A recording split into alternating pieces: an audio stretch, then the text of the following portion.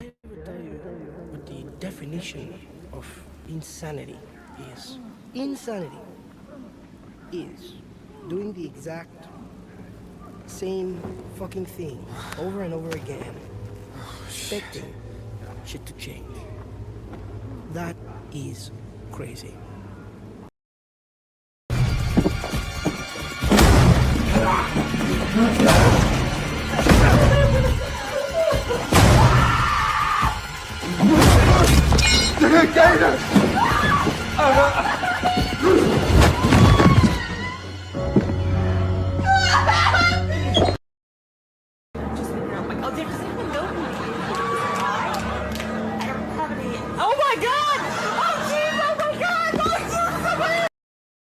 My God, young man, kill yourself!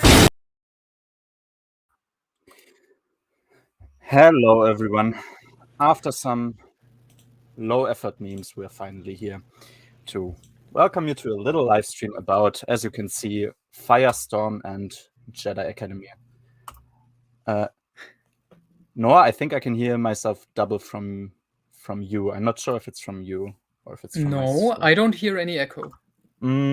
or maybe it's because I have the YouTube tab open. Okay, I'll close it.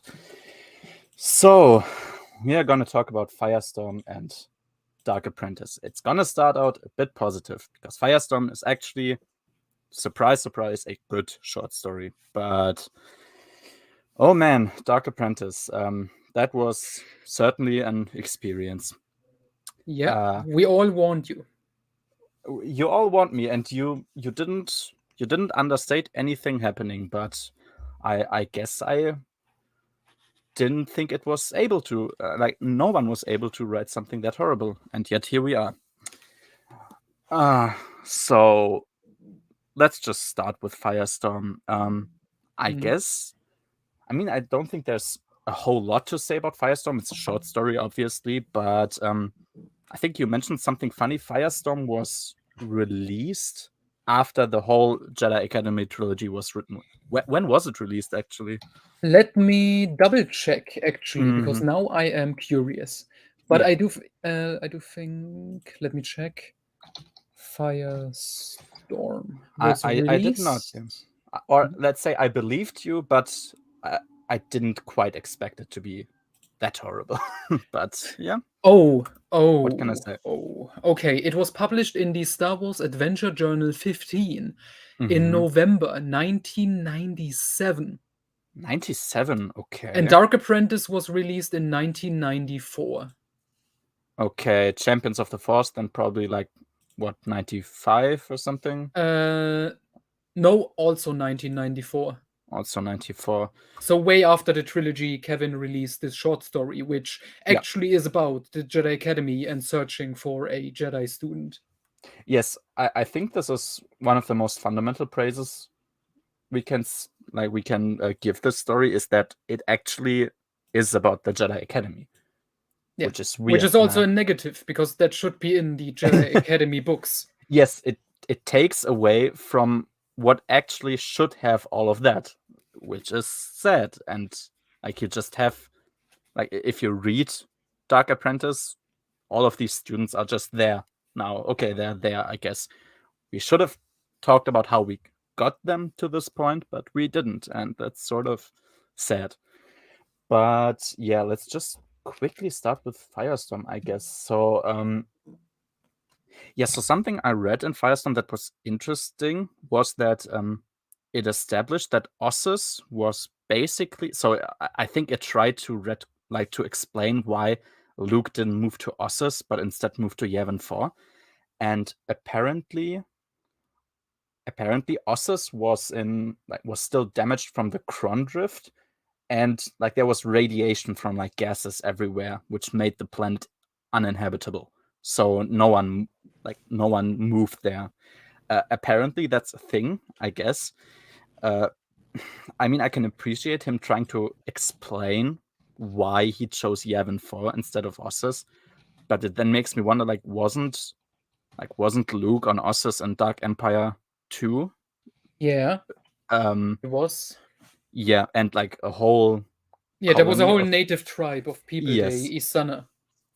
which then makes me wonder, okay, how did they survive exactly if there's like deadly radiation there? Yeah, I don't remember what exactly the short story says, but if it claims that there is no life possible, then it's just a blatant contradiction, because obviously that's not the case Yeah, in anything else. Yeah, I think the only life that's there is like rodents or some, I don't know, intergalactic cockroaches, basically.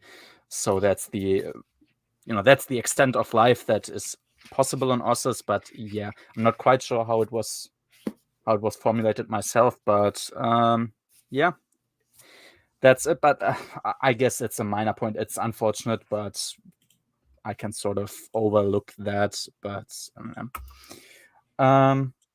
no problem. Just watch as long as you can, and then go to the gym. Oh boy. Anything to say to that? No.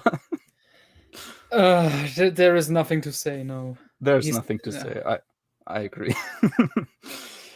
But I know Maxwell likes Jedi Academy, although he agrees with a lot of stuff apparently I said about it. So But now let's get to Firestorm. Let's get to Firestorm. Yeah.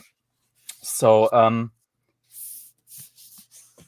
one of the weird things I also found in Firestorm was that, and that was also something I mentioned in Dark Empire already, that there are still like Jedi relics on Ossus, which I always want. Like, she didn't search like Tion, obviously, so Firestorm is about Tion going to Ossus. Like, at least it's in the beginning.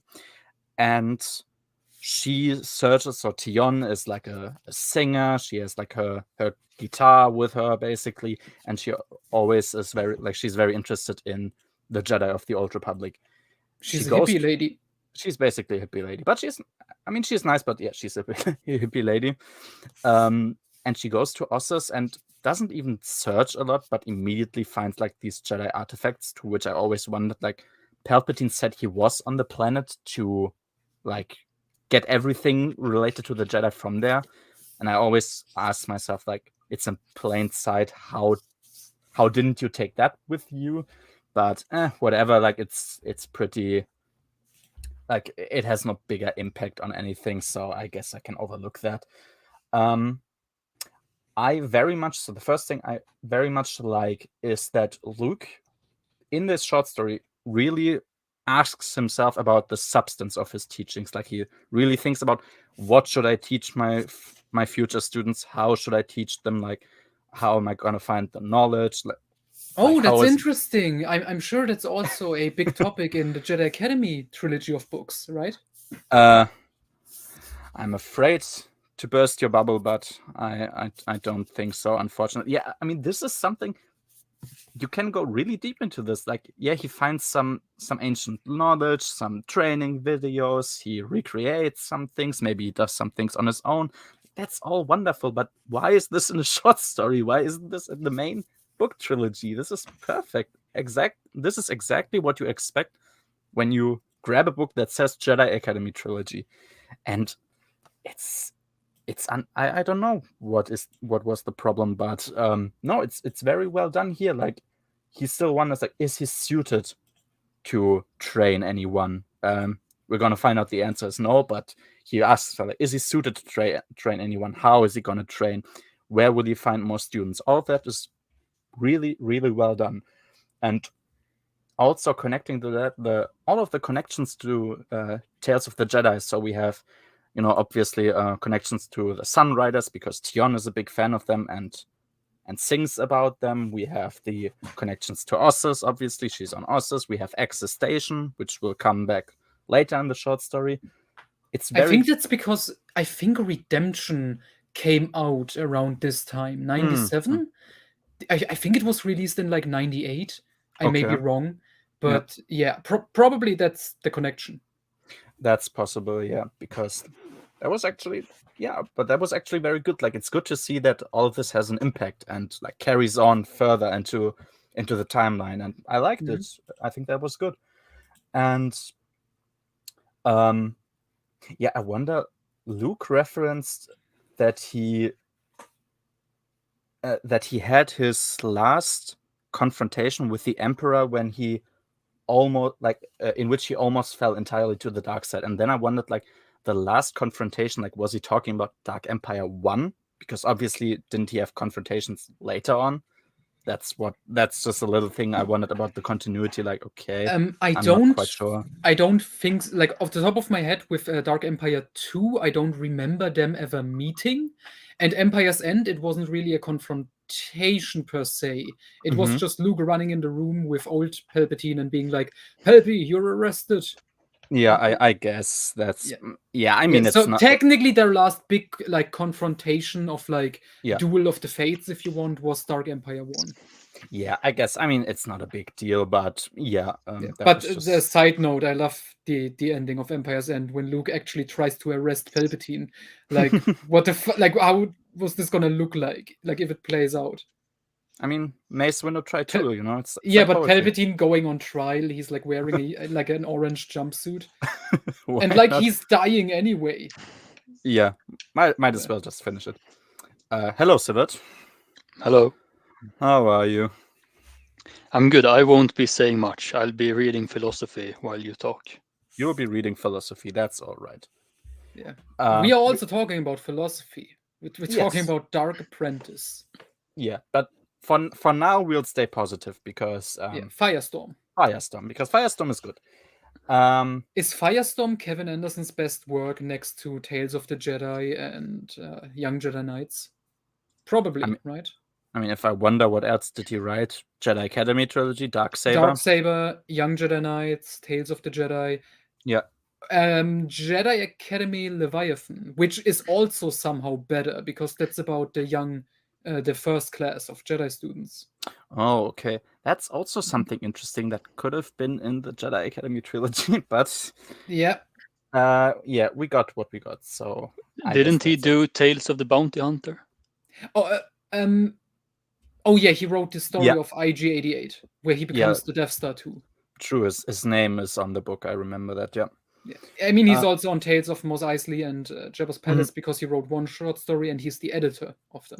Oh, okay. That I will give him credit for, with those collections, you know, making all the stories fit and so. Let's check the comments quick.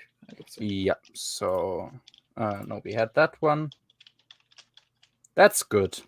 Don't skip Leg Day. Not as I'm trying not to skip Lando and Mara scenes. You won't skip Leg Day. Mother of Pearl Eyes. Oh, I'm not sure what the German equivalent. Oh no, I read it in English. Obviously, I didn't notice it, but I heard a lot of people like being annoyed by the Mother of Pearl Eyes. I have no idea why he kept repeating that. I didn't actually notice it, but it sounds funny. He does that a lot. He'll do that in Young Jedi Knights too. Oh, okay. Like, is it always about Tion when he says that, or? No, every character has like one characteristic that he'll repeat over and over again. Oh, I see. Okay. For Jaina, it's her straight brown hair, I think. Straight brown hair, wonderful. For Lobacca, it's the fact that he's hairy. Wow, creative. What was it for Jason? I don't think Jason has one. Oh, he really is the Aquaman of the group. And Jason. this comment is also true because if this was in the book, he would have to cut out all the zoo chapters, and we can't lose them. We'll come to the zoo. Like, I mean, that's far away from the worst part of this book, in my opinion. But fucking hell, it would be an okay short story, I guess. I guess, yeah, like a childish short story, but it doesn't fit at all. Yeah. Oh, something fun. Can you bring up the cover? Because like last time of of Dark Apprentice, if we are done with Firestorm and can get into it, because there's something fun to talk about. Oh, I'll look if I can do that. Maybe you. Oh yeah, I'll have to look and then share my. Just screen, share the picture, the screen. I'll do it then. Yeah, when we reach Dark Apprentice. So yeah, first off, I also liked I mean, this is a minor thing, but I liked the ships with solar sails, like the same that Count Dooku had. I don't know, maybe it's a bit simple, but I like those ships. I just think they look cool. Exploring lost and forgotten Jedi places. that was nice. Like Exo Station, the way they talked about, like they explained how Exo Station is now in the place that it is. It's slowly being destroyed by the sun that's close to it and constantly erupting. You have the archives with all the left behind holocrons there, or like the left behind files with all the knowledge from Nomi Sunrider's days. That was cool. All of that belongs in the Jedi Academy trilogy because that's exactly what you want to read. Like looking for lost knowledge, trying to find out what happened to the past Jedi. Yeah, it's always sad when I remember that this is not in the book itself. I've also found it interesting, like when Luke went to Exo Station, he said, like he described him to himself that he felt when the sun that was close to the station erupted, and it immediately made me think back, like, oh, the forces and everything, like it's in all of nature, and that if the sun erupts, and considering that the sun is dying and will pull the station with it, like I like that. Like I do like when he writes the Force, KJ. I always wonder why he doesn't focus more on that, like the mythology, like how does it feel to be in the Force? Because he has to concentrate on the very important Darla plot. Darla and Lando and Leia and Han and all of these people. Mara is also there sometimes. And she now has a different hair color as well. Yeah. Like it was described like brownish or something. That was I guess. In the Thrawn trilogy, it's like blondish red, and here it's like a darker brownish red. Mm-hmm. So maybe she also got like the Kip Durran Bully Maguire face going on. Maybe she dyed it, like she wanted to look good for Luke. Yeah. Which that's gonna be a fun retcon when you read iJedi. Oh, I'm that she essentially came to the Academy just so she can fuck Luke. That's good to know, because Mara, like, for the amount of time that Mara takes in this book, she's really fucking frustrating. But we'll come to that. Yeah. Mm-hmm. Yeah. Also, like a little thing, just Tion, when she met Luke on Exo Station, she immediately recognized him from the way he looks. Which also made me wonder, like, I immediately remembered Duel from Jedi Surge and wondered, why didn't you know anybody and how they looked? I guess Tion is interested in Jedi and would know how Luke Skywalker looks like, but basically everyone should know what Luke Skywalker looks like. Yeah. I mean, Shadows of Mindor. We know he's like a film star. He's a film star, so in a way, like, pairing that with the knowledge that this came out after all of the Jedi Academy trilogy books, it seems like KJ sort of realized all the, even if it's just little stuff, like, oh yeah, maybe I should somehow reference that and make it make sense, because people kept asking me, like, why the hell doesn't he do all of this? Like, why isn't he on Ossus and all these things? No, but it's good. It makes sense. So he's the hero of the New Republic. Of course, everyone should immediately know who he is, even if you don't intentionally want to. What I also liked, and I remember, I think you watched it once, Noah, or like you did some meme from this interview where Aaron Alston and Timothy Zahn like gave an interview, or like a press conference, like at some convention or something. And Timothy Zahn, like, that's when they, I think, shat on, what was it? Was it the Denningverse? Flow walking, from the flow walking, exactly, yeah. Where Alston was like, if someone please has a hammer to can, bash me in the head with it. Oh yeah, I understand that feeling very well. But yeah, exactly, where Timothy Zahn described how hard it is to write like prequels to stuff, because you have to reverse your technology and like in some meaningful and understandable way. And I felt like this book actually did it well. Like the station, like it runs with very ancient code, and everything is very slow. The computers, all of them, like when R2D2 tries to access them, they are very slow and unreliable, unresponsive. I like that. This is good, because this also reminds me of the novel Crosscurrent, which has a time travel element in it, where characters from the far future, 40 ABY after Legacy of the Force, meet an old Republic Jedi, and they mention he looks very different. His clothes, his lightsaber looks different. It has like a battery pack, and he speaks basic but with an accent. Yeah, no, that's good. Like you can't just write that off and just treat everyone like they are the same. It's good when you reverse technology like that. It shows immediately that you care and understand. Okay, there's some bridge we need to build between like these worlds, because obviously 4,000 years ago, all of technology wasn't the same. You need to have some except when it was like Dawn of the Jedi. So I love Dawn of the Jedi, but the comics, the artwork, just the designs weren't the smartest. I actually like I like the design on the cover of Dawn of the Jedi, where she has like... Oh yeah, that looks awesome. But I just mean like they have hologram technology that's essentially the same. That's not. That should be somewhat tempered. Like, it's a shame. But yeah, I have to say that's really all I have. Like for Firestorm, I really liked Firestorm. It's very short, obviously. It deals about how Luke finds Tion to recruit her for the Jedi Academy. It's short, it's quick. It has like world building for the ancient Jedi. Luke wonders how he should, further his Jedi Academy, how he should recruit people, what lessons he should teach them, if he's even worthy to teach them. All of that was very fun. I think I gave it an 8 out of 10 initially. I think I'd stay on that, to be honest. It was very good for what it was. Yeah, honestly, I would put it in my top 10 short stories, because I think this just succeeds where the Jedi Academy trilogy fails. I absolutely can understand that. It's very concise. It has no like weird tangents, like no all of these angular plots with all the other characters that no one should care about in this trilogy, because it's not connected. It's very short, on point, well structured. And it helps that Tion is a fun character.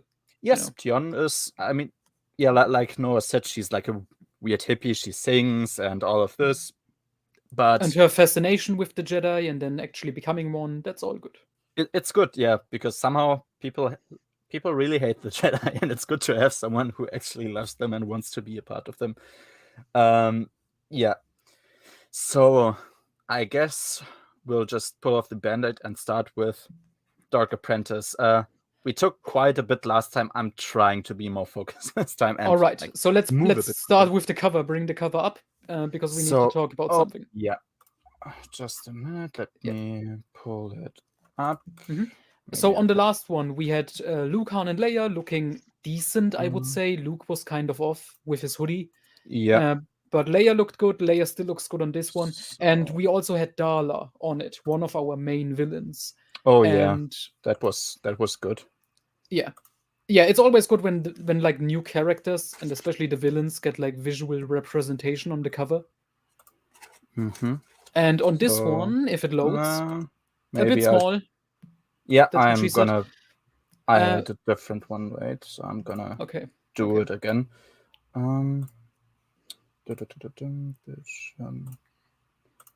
So yeah, that should be big enough. Yeah, that's fine. So on this one, we get chubby Exar Kun. Yeah, that's the biggest. I think the biggest problem on this cover. Exar Kun looks really fat for some reason. I don't know why. Yeah, but he still has this angular face, but it still looks really fat, and it's a bit weird. I don't quite get why that is the way it is, but I guess it is. We have Luke. I think Luke from the big three, he looks weird. I don't know quite what it is, but he looks weirdly old and jagged. Something with his face is just off. Especially like, how old is Luke now? Like 30 something. Yeah. He looks very old for being 30.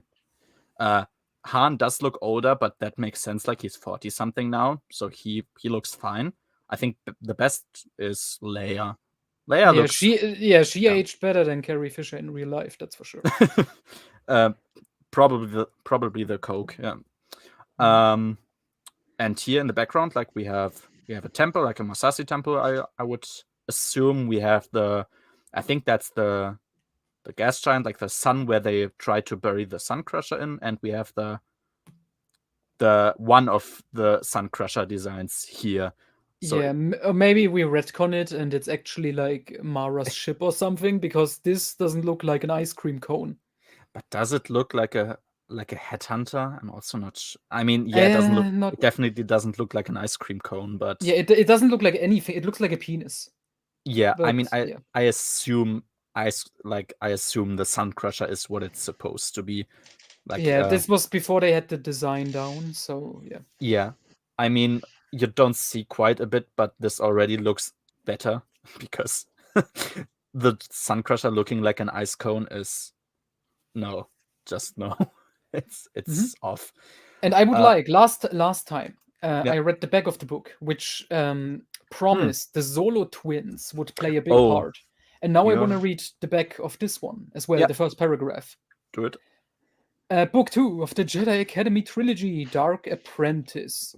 As the New Republic takes devastating losses in the ongoing war with the scattered remnants of the Empire, the galaxy's future depends on 3 small children, among them the Jedi twins, born to incredible powers and perils as an extraordinary Star Wars saga unfolds. So now they are also adding Anakin Solo to the mix. Yeah, spoiler alert, Anakin is not a part of this book, apart from like being like he's introduced as he's gonna be a victim of Fergal in some way, like he's gonna be abducted probably in the next book. But nothing happens to Anakin of any significance. You don't even see him like once in the entire book. Are you sure they don't mean Kip? What? No, it says the galaxy's future depends on 3 small children, among them the Jedi twins. He's also a small child. No, isn't he like 16? Yeah, he's not a small child. Like he's a teenager, somewhat. Yeah. It's clear this is about the Solo kids. Yeah, maybe I can like try and translate what it says on the back of the German book, because I saw that it was like quite different than what you read. So it's like on the German one, it says the Empire is defeated, but like various people from the Empire, various like how do you say, allies from the dead Emperor are still trying to fight the New Republic and try to inflict heavy losses on them. In Luke Skywalker's Jedi Academy, there's an even bigger threat. An extraordinarily talented student is dealing with the dark side of the Force and unleashes the ghost from the same Dark Lord who also changed the das Wesen, so the ghost of Darth Vader. So the back of this book says like Exar Kun had some influence on Darth Vader. Did he? I didn't know. But what the? I also. Yeah, he's unleashing the ghost of a Dark Lord, der einst schon das Wesen von Darth Vader veränderte. So who once changed Darth Vader's character. I guess. Okay, even if they I think that's used not literally but figuratively, but even then I don't think that's true. Yeah. I don't think Exar Kun or the tales about him or anything had any influence on Vader at any point in any story. The only I mean, I guess you can say it. No, even that's not true, because I would say Ulic Queldroma's fall to the dark side mirrors Anakin Skywalker stuff. That would make sense to compare, yes, but the Exar Kun, not really. Yeah, that's weird. I mean, so that doesn't make sense, but the last one didn't make sense either. So quick, since we're on the German text, the German title of the book, Dark Apprentice, The Ghost of the Dark Lord. Yeah, I think both of the it's not like with Jedi Search. I think both of the titles are fine. I mean, they basically somewhat describe a part of the book. I think all of the books have too many plot threads to like really represent what is going on with a single title. There's just too much going on. but I think they're fine. Like, I guess, yeah. Yeah. Nothing really much to say. So let's just start. Let's get this over with. Chapter 1. So, first problem, we immediately established that Luke has found dozens of potential Jedi off-screen, essentially. So the only one we know about is Tion, because we had the short story, but we didn't have it back then. We do get Kam Solus. Like, I'm not sure if it's in this chapter, but later on, Kam Solusa is mentioned, like by name, that he's an apprentice, but he has no bearing on the plot. Yeah, and a bunch of other nameless, faceless apprentices. Among we said it. them, Kyle Katarn, Corran Horn. Yes. Who else was there? Is Brakis there? Brakis is there. I don't think what's his face is there. Brakis, I don't remember. Hevet Storm maybe there. Kian Farlander is also there. So Kirana T gets mentioned by name. Streen, Gantoris. Yeah, that's the first class. Yeah, but anyone else, like the guys you mentioned, they aren't. Yeah, they are faceless. That got filled out later, which is, I guess, something positive, where it's like, well, he leaves it open, like, who else is part of the first class, so to speak. Yeah. So, okay. But it's well, just like the problem is that one of them is Kyle Katarn. Yeah, and even Corran Horn arguably is a pretty big deal. But yeah, well, but Corran at least gets a novel where it explains what he was doing. Yeah, true. Yeah, with Kyle, we get nothing. Yeah, and he wouldn't be as passive and what do you call it, insignificant as he is in this novel. Yeah, it's a shame we never even got a short story with his POV from the events in this trilogy, because this is after Mysteries of the Sith and stuff. Mm-hmm. When he just, he had his brush with the dark side and came back and decided he didn't want to be a Jedi, but then he still joined the academy here. But then in Jedi Outcast, which is later, it says like, oh, he stopped his training. But then over the course of the Jedi Outcast, he becomes, comfortable with it and decides to become a Jedi on the Academy. So yeah, it would have been fascinating. He is fascinating, but it's unfortunate. You have pretty old video game. You have novellas that are basically unable, like you are unable to buy them unless you pay excruciating amounts of money. And other than that, I mean, he's in Legacy of the Force, I guess. He has and they mentioned in New Jedi Order. Oh, that's good. But and he's even in New Jedi Order. Yeah, that's good. I want to know more about him because people always mention him, but I have no idea what the fuck he's supposed to be, and I haven't played the game yet. So you should play. Even I played the games, and I think they are excellent. Oh, that's good. Yeah, I mean they're probably like dirt cheap on PC, so maybe I'll just absolutely. You're not gonna learn anything about him if you just read Legacy of the Force. Yeah, I don't. No, they just tell you. They just tell you, oh, he's the badass. He's the sword master of the fucking Jedi Order. Like, imagine you haven't played these like more obscure games and read this novella, and you're like, "Who the fuck is this?" Like, it's your first time, probably. I mean, I guess he's mentioned a New Jedi Order, but you wonder, like, who the hell is this? Yeah. I mean, do I have to say anything about? No, move on. Just move on, yeah. Oh, this reminds me that Kyle seems to be a forgotten character. There was someone on the Star Wars EU subreddit who commented, well, today I learned there's a Star Wars character named Kyle. And it's like, we have Luke, we have Ben, we have Owen. I'm fine with Kyle being a name. Yeah. Like, I mean... I mean, they made a character named Kyle be an ultimate badass. So yeah, that's true. I mean, yeah, it's an earthly name, but whatever. Yeah, but he seems really forgotten, especially for the amount of people that really seem to like him. Yeah, he was gigantic in the 90s, I assume. Oh, that's very lucky. Yeah, because like it's impossible to find them in. Yeah, I had to self-print them. Yeah.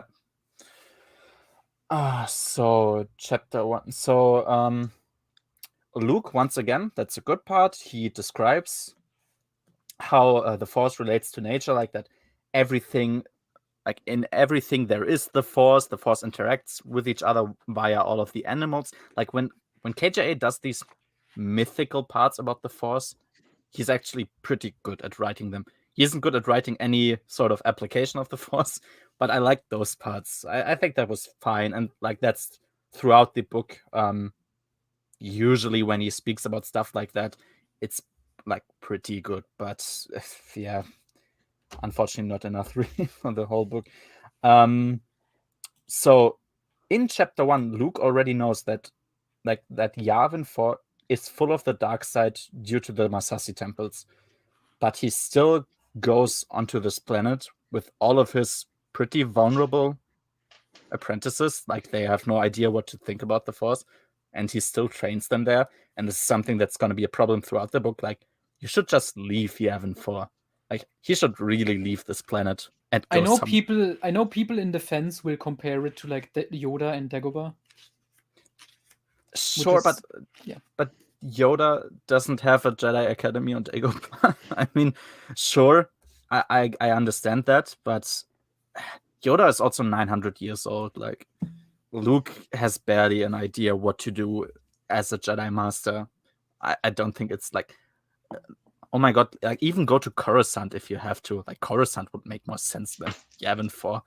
Especially like he immediately knows that there's something wrong. And he also, like, this is a place he wants to bring Jason and Jaina on, and eventually also Anakin.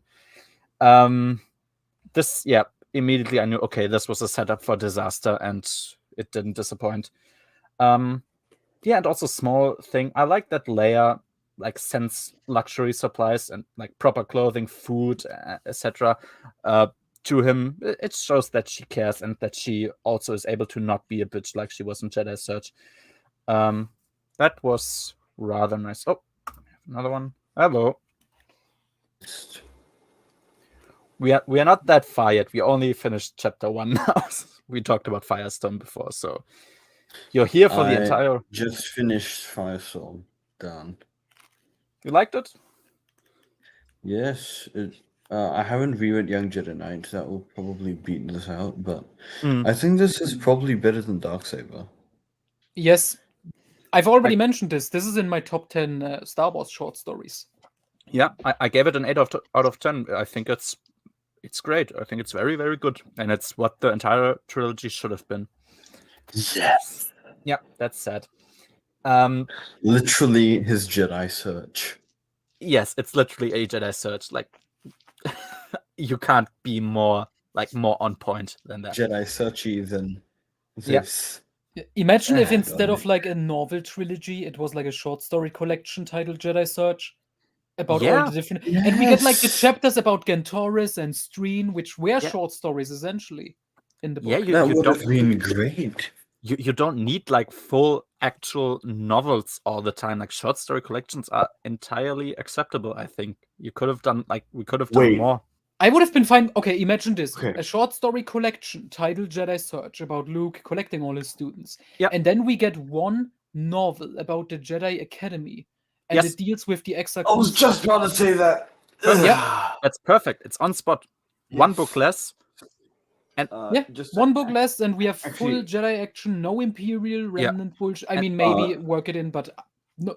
Done. Yeah, and to add on to that, you know how Kevin went, I'm gonna make 12 Jedi but not mention most of their names because other authors can then insert their characters there. Yeah. Why not have the short story collection be by multiple authors?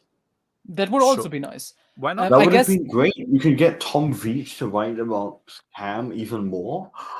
You could even Vima. Yep. You can. Yes.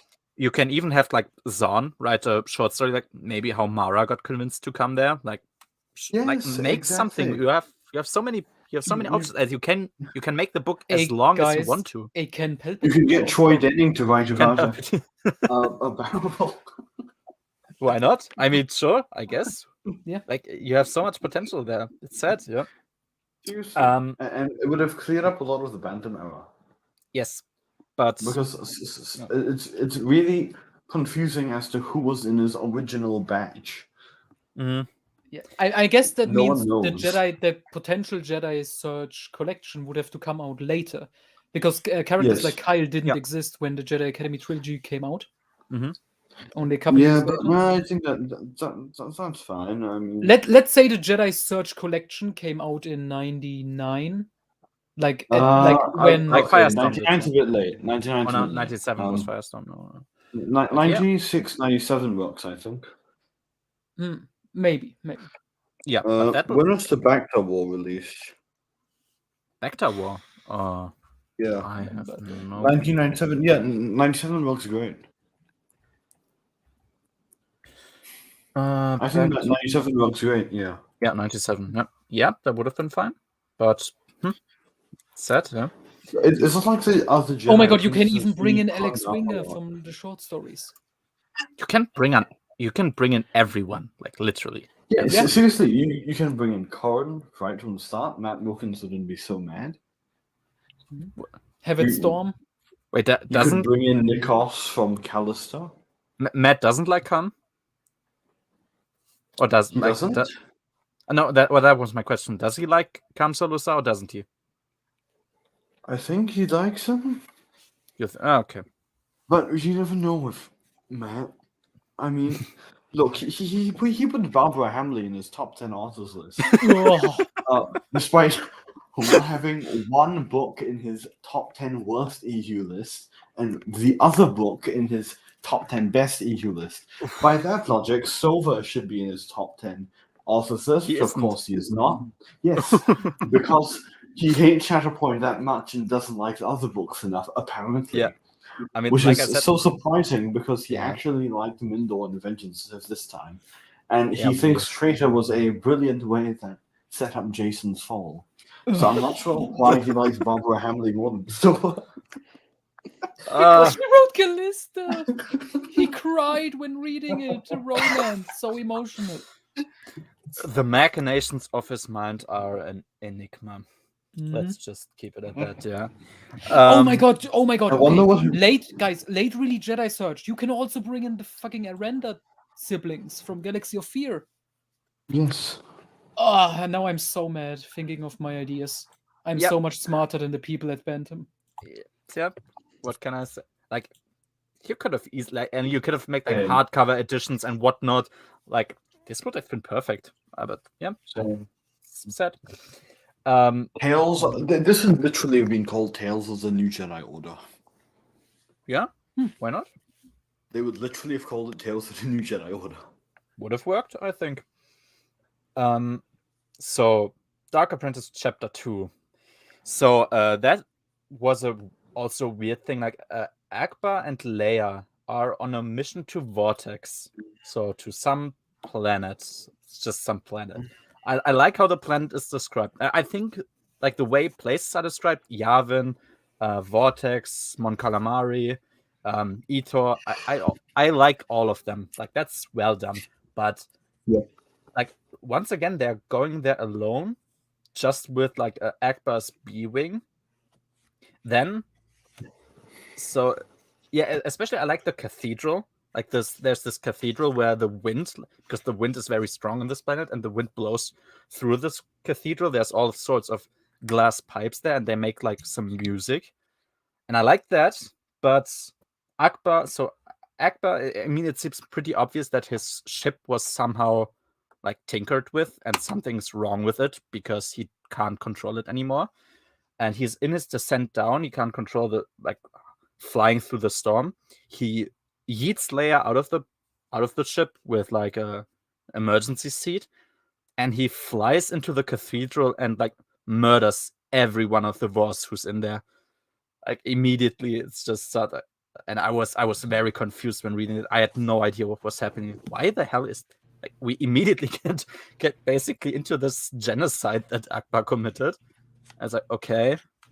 I mean, it's an obvious setup for something happening to Akbar, but that was bizarre. I had no idea what to make of that. I really appreciate this wonderful character arc. Akbar, I would like Akbar more if his character arc made like the reason why this arc even happens made sense. Yeah, I unironically think Akbar in Black Fleet Crisis of all things is actually better handled. Yes. Okay, Aquaman's one of the few good things in Black Fleet Crisis. Yeah, I even liked Akbar here. Like he's not a bad character in this, but He's not a bad character. It's just but the reason he's even on, like, obviously he goes back to Mon Calamari, and that's important later on. It makes no sense that he's there, in my opinion. It's depressed. Yeah. Well, okay. Let me put it this way. I've said it before, and I'll say it again. The Jedi Academy trilogy should have been a comic one. It really should have been. Could have also done because that. you can explain what you can just say, oh, it's a comic, and that would explain away all the, the lack of elaboration for certain plot details that are just way too convenient. And you would still have to. You can just say it's a comic, and I mean, we didn't have the Dark Empire. We didn't have the Dark Empire. I still would have preferred like a short story collection, but yeah, even a comic would have made more sense. But still, you're in short story collection for Jedi Search by other authors. Mm-hmm. Yes, comic with, let's say, you brought in Tom Breach to consult. Let's say you got Cam Kennedy to draw. Comic. Mm-hmm.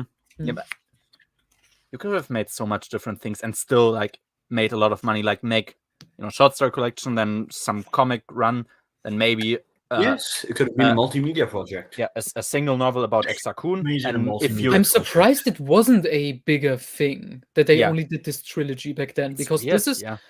I think that like this trilogy being titled the Jedi Academy trilogy would be like more of a selling point than even the fucking Thrawn trilogy. Like this is the big thing everyone wanted to see. Yeah. And then they hired Kevin J. Anderson. I definitely agree.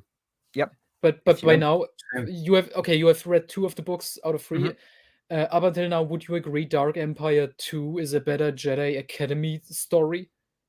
Dark Empire 2. Oof. Because Luke is actually trying to set up his order. In Dark Empire 2 already. Yes, so I still like I don't like Dark Empire, but I like the parts where Luke, in my opinion, is in character are vastly superior to KJ. Tom Courtship. In Courtship, Luke in Courtship remember was when excellent. Luke goes to fucking Ossus, the planet from Tales of the Jedi, and he meets the Isana, these new Force user group that we are introduced there, and he recruits a couple of them, and that's great shit. Yep, everything that doesn't. He finds an old Republic Jedi, Ut Benar, the tree. He finds lightsabers, ancient ones. True. Fucking excellent.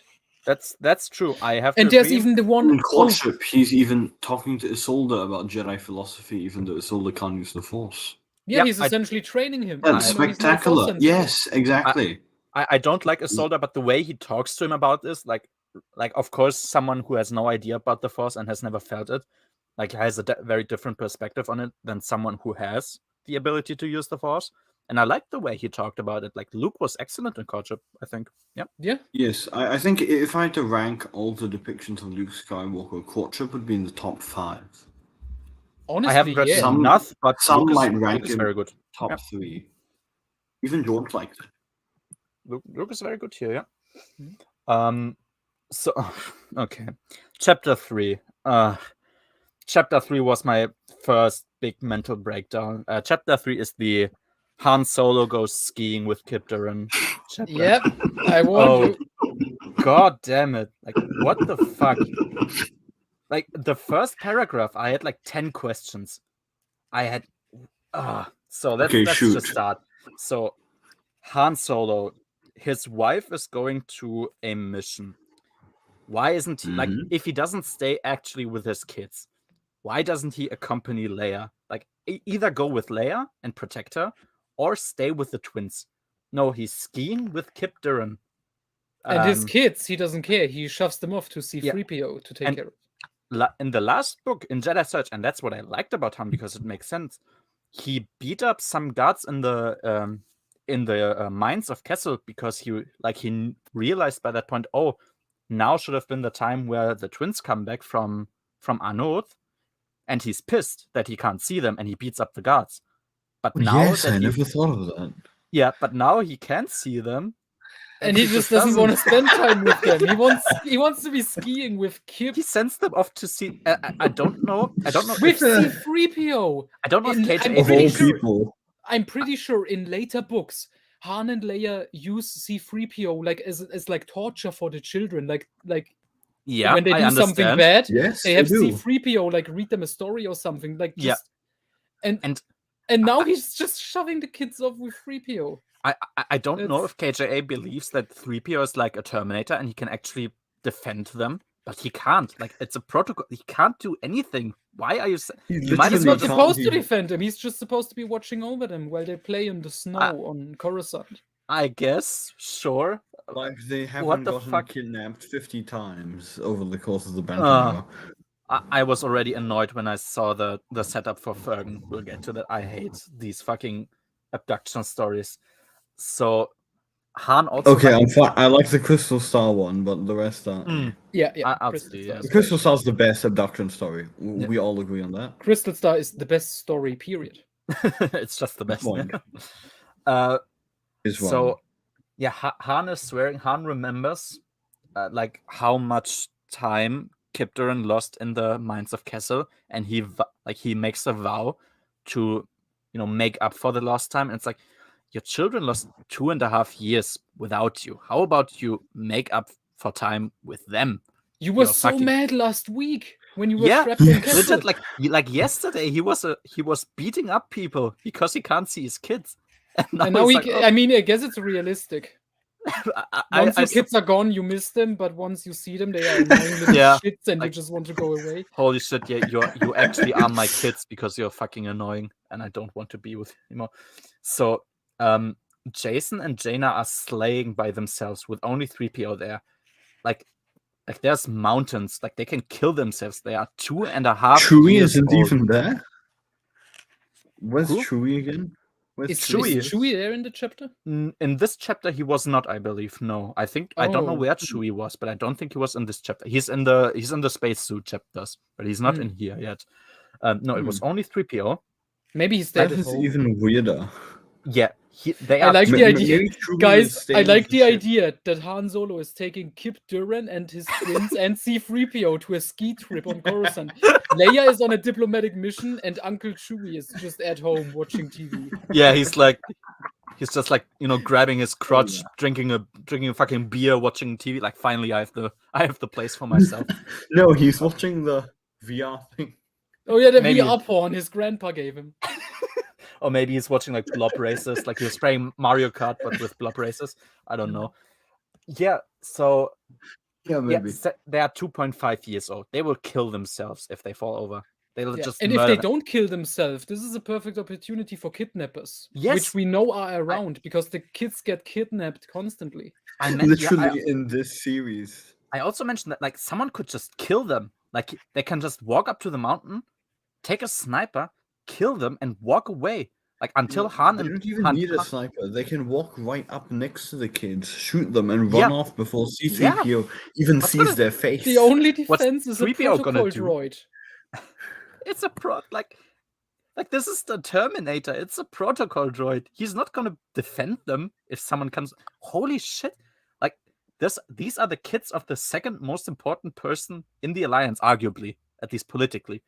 Holy fuck! I was so confused. Oh, and it immediately. So next scene, it immediately degenerates further. Lando is in a hangar where the Millennium Falcon is. And oh yeah, that's where Chewie was. He was with Lando at the Millennium Falcon. And Lando is doing like technical adjustments to the Millennium Falcon. And I wondered why. Like, it's not his ship. Like, does he just do that? Like, he walks Why up would to Han trust Lando with it? I- Lando couldn't even keep his ship in one piece in Return of the Jedi.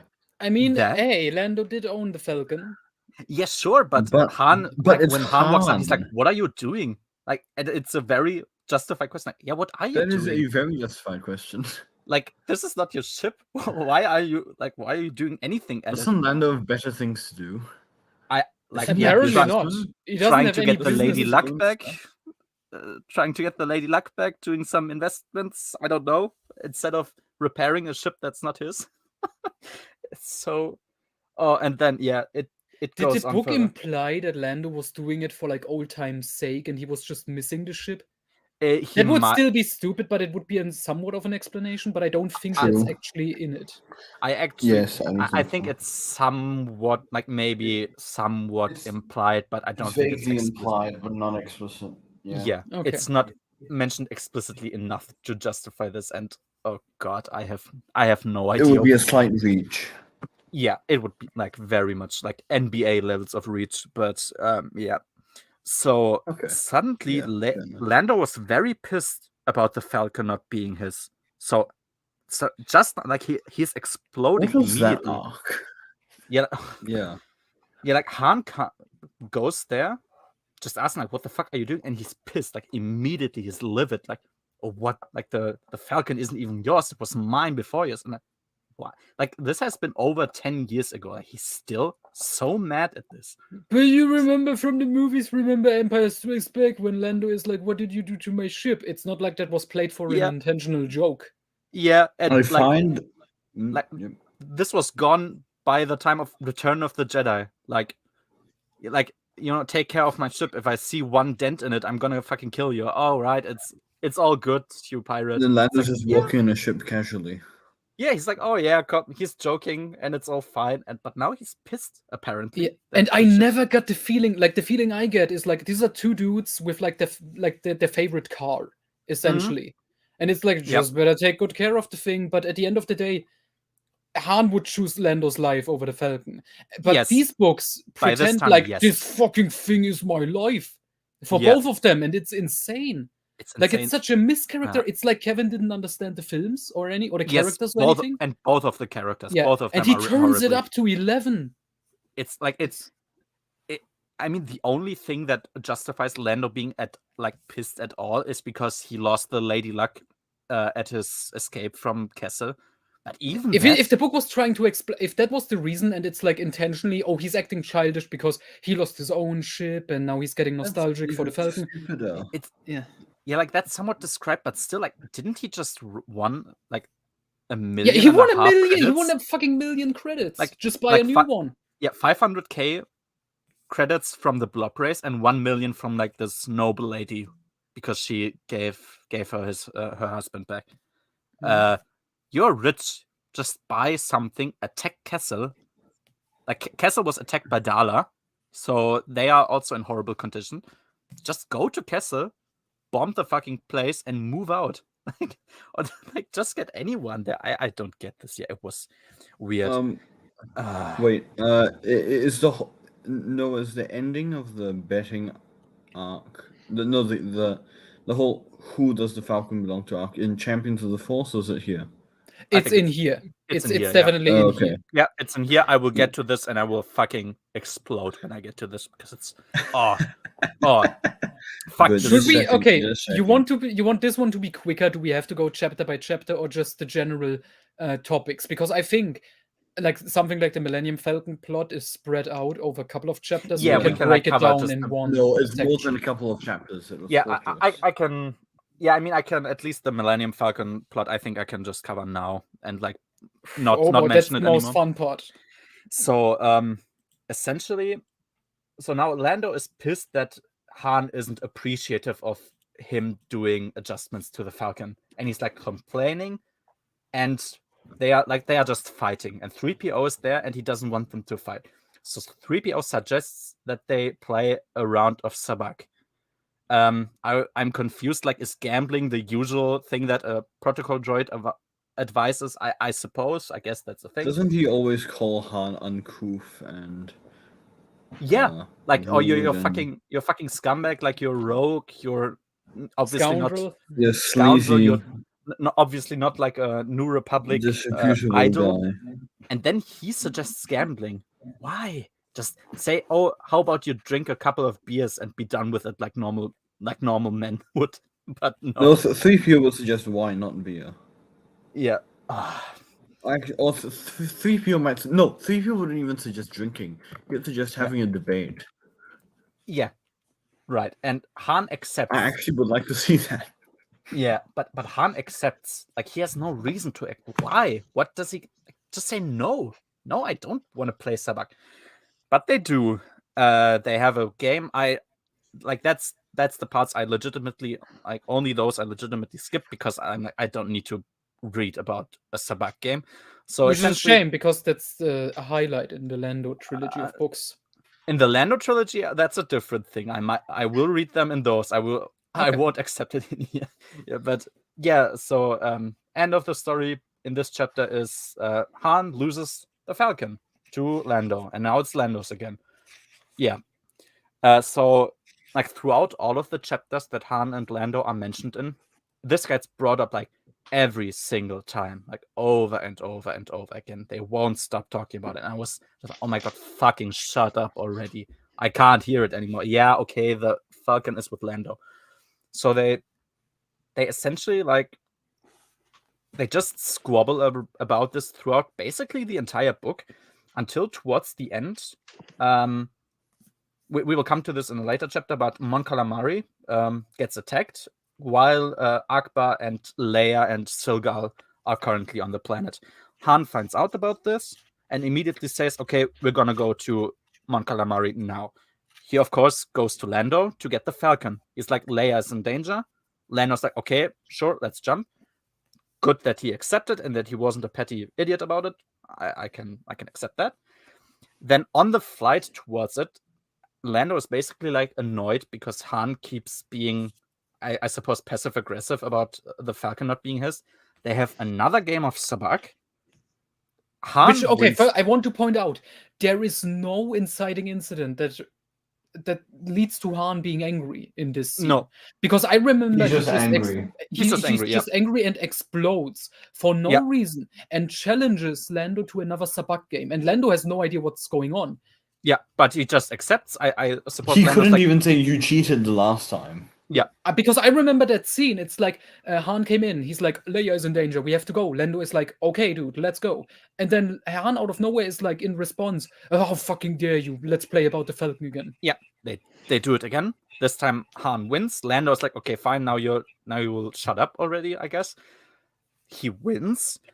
And then it's basically like that. So I'm like, okay, all of these chapters were a waste. Like, we're, 200 books or something, 200 books, 200 pages, something in. And we essentially reverted back to status quo. Thanks, I guess. They keep going back and forth. It's so Yes. irritating. And then... what a waste. And then But guys, it's a comedy. It's so funny. And then towards the end, and fuck this is the worst. I think this might be one of the worst parts of the book. Towards the end, like Mara Jade is stranded on Yavin 4 and she wants to leave. Like, she's been there for I think 2 chapters or something, and she wants to leave again. And she needs someone to fly off because Kip Duran stole her headhunter, and like there's nobody there with a ship. So Lando is like, okay, I'm horny. I legitimately seem to not be able to get any other pussy other than Mara Jade, or like attempt to at least. He goes there to Yavin 4 to like fly her away. She's like, she was very angry, like she was very cold with him in the beginning. She's like, whatever, I don't care about you. She only talked to Han. Now she's like a bit less angry, something. Then, then Han and Lando like have a little talk, like outside of the hearing range of Mara, I assume, about, hey, Han, buddy, let's do this. Like, let's have a fake Sabak game, another one about the Falcon. You will like more or less let me win, I guess. I will win. Oh yeah, I remember this. I will win the Falcon, quote unquote. But then, like, out of my generosity, because I want to prove I'm not a scumbag and not a pirate, I am going to gift you the Millennium Falcon right back in front of Mara, so she's impressed with me. And they do that, and Mara is impressed with him, and she has like a big surprised smile when he does that. And like, what? What? That is so out of character for That Mara. is so, Yes. yes. Like, okay, first off, first yeah. Why would she care? Yes, is exactly. The first big thing. Second, that's a good. She wouldn't fall for that trick. Like, she immediately would see straight through him. Yeah, like the first interaction they had, and this was like, okay, that's in character. Mara's like, I don't give a shit about you. Like, she doesn't even acknowledge his presence, basically. Like, okay, yeah, whatever. I need to talk to Han. Then she's like sort of okay with him, which I guess I think that's the acceptable relationship they could have. Like, okay, yeah, they're sort of friendly, like they know each other around a few corners, sure. And now, like former Emperor's Hand and smuggler contact for the New Republic, she falls for this? Really? Now, first of all, you're true. You've been correct. Like, why would she even care? Like, okay, sure, I guess, but She honestly, if she was if Mara Jade in the Thrawn trilogy, witnessing Han and Lando arguing about owning a ship, yeah, she would just be like, "Fucking boys." Yeah, she would and their like toys. Yes. Yeah, Like, she'd like Literally, that lock reaction. herself in her room and just wait until the flight is over and just jump out and never talk to them again, unless it's like for business reasons. Life and death. Yeah. Yeah, but no, Oh, she, and it's like I did read this paragraph, like them having a little bit of dialogue, like Han and Lando, and it's like it's also written very obviously, like they have a side eye towards like, oh my god, no, my cards are so horrible. Please have mercy. Oh, yeah, that Oh no, please. Yeah. Oh my god, you won. Wow, I couldn't believe it. And Lando, like, so fucking bad. it's so obviously written like it's a setup. And Mara, like in their first interaction in the beginning, she immediately knew like, okay, this guy just wants to fuck me. I have no interest in him. Whatever, I don't talk to him. But now she falls for this? What? I was so pissed off. It's like, okay, this is all of your setup. And then I wrote very, very snidely, but I was angry at the time. Like, I now understand why Matt Wilkins, KJA, and Barbara Hembley all think this is a ship that can work. Because they literally believe Mara Jade is like clinically stupid. Like she's retarded and has no brain. Yeah, I think it's fair to say all three of these people don't understand characters. Neither. I don't think I don't even think it makes sense for Lando. I think like Lando would have fun and whatnot. Lando would flirt with her, like for sure, but maybe not even in an intentional. Lando wouldn't go this low. Like just being a suave guy, but like if he sees okay, there's legitimately nothing going on, like okay, yeah, sure. Like I don't think he would make this elaborate plot just to get there. Like, holy shit, you have an entire galaxy of women. I don't think he would fall for Mara Jade that hard in that short of a time. It makes no sense. But this is the setup for everything happening between them after this book. And yeah, why is this even in here? This stupid romance plot. Because apparently Jedi Academy trilogy. I just want to point that out. We are still in the Jedi Academy. Because I know allegedly Kevin talked to Zahn about like, hey, did you set up Luke and Mara to be a couple? Zahn was like, not really, not yet. Yeah. And then Anderson was like, okay, I'm gonna team her up with Lando. Yeah. Why make why have any romance shit in here? I know Star Wars is supposed to have some romance, but this is like the most useless and even conceptually stupid thing I've ever heard. I will speculate on it. I haven't read Callistia yet, but I will speculate on why they did that. Oh, to get her away from Luke, so they can insert her own character. Yeah, like the idea of making Luke's girlfriend. Like I think that was originally like KJ's idea, and he basically pitched Hambly to Lucasfilm to be like the one that makes Luke's girlfriend. But I think at this point he was like, okay, I'm gonna have some character be Luke's girlfriend in the future, and it's not gonna be Mara. And I don't. We have to get her out of the way, essentially. Yeah. So you have because the fans like the dynamic between Mara and Luke in the song. I'm 100% like. Yeah. And Kathy Tears even ditched Gabriel completely to fully support Mara. Yeah, Gabriel is like one of the few characters I will accept being there as like one of Luke's love interests, because this is before the Thrawn trilogy, like Truce of Bakura. And it makes sense, and it was written well enough. It was written like, sure, whatever. It's like, yeah, sure, they are attracted to each other, but they both realized, they have the jobs and stuff, so it didn't work out. Fine. Their part's good. It's much better than, say, Mary. Oh, Mary. No, Mary was the best character. Or Jem. I hate Jem. Yeah. Did you know Tom Veitch said, like, in his mind, they absolutely married. Jem. In his canon. Yeah, he wanted to do it, but then Lucasfilm forced him to kill her off. Oh, thank goodness. No, but so they essentially like they need to write her out of character to yeet her out of the story, essentially, because I think Mara isn't like a part of the main story until probably like somewhere around Darksaber, perhaps, I don't know. Like she's not gonna really reconnect with Luke at any point. So they've essentially fridged her. She's off somewhere to make room for that, because even I'm sure Timothy Zahn didn't plan for Luke and Mara to be a thing even at the end of The Last Command.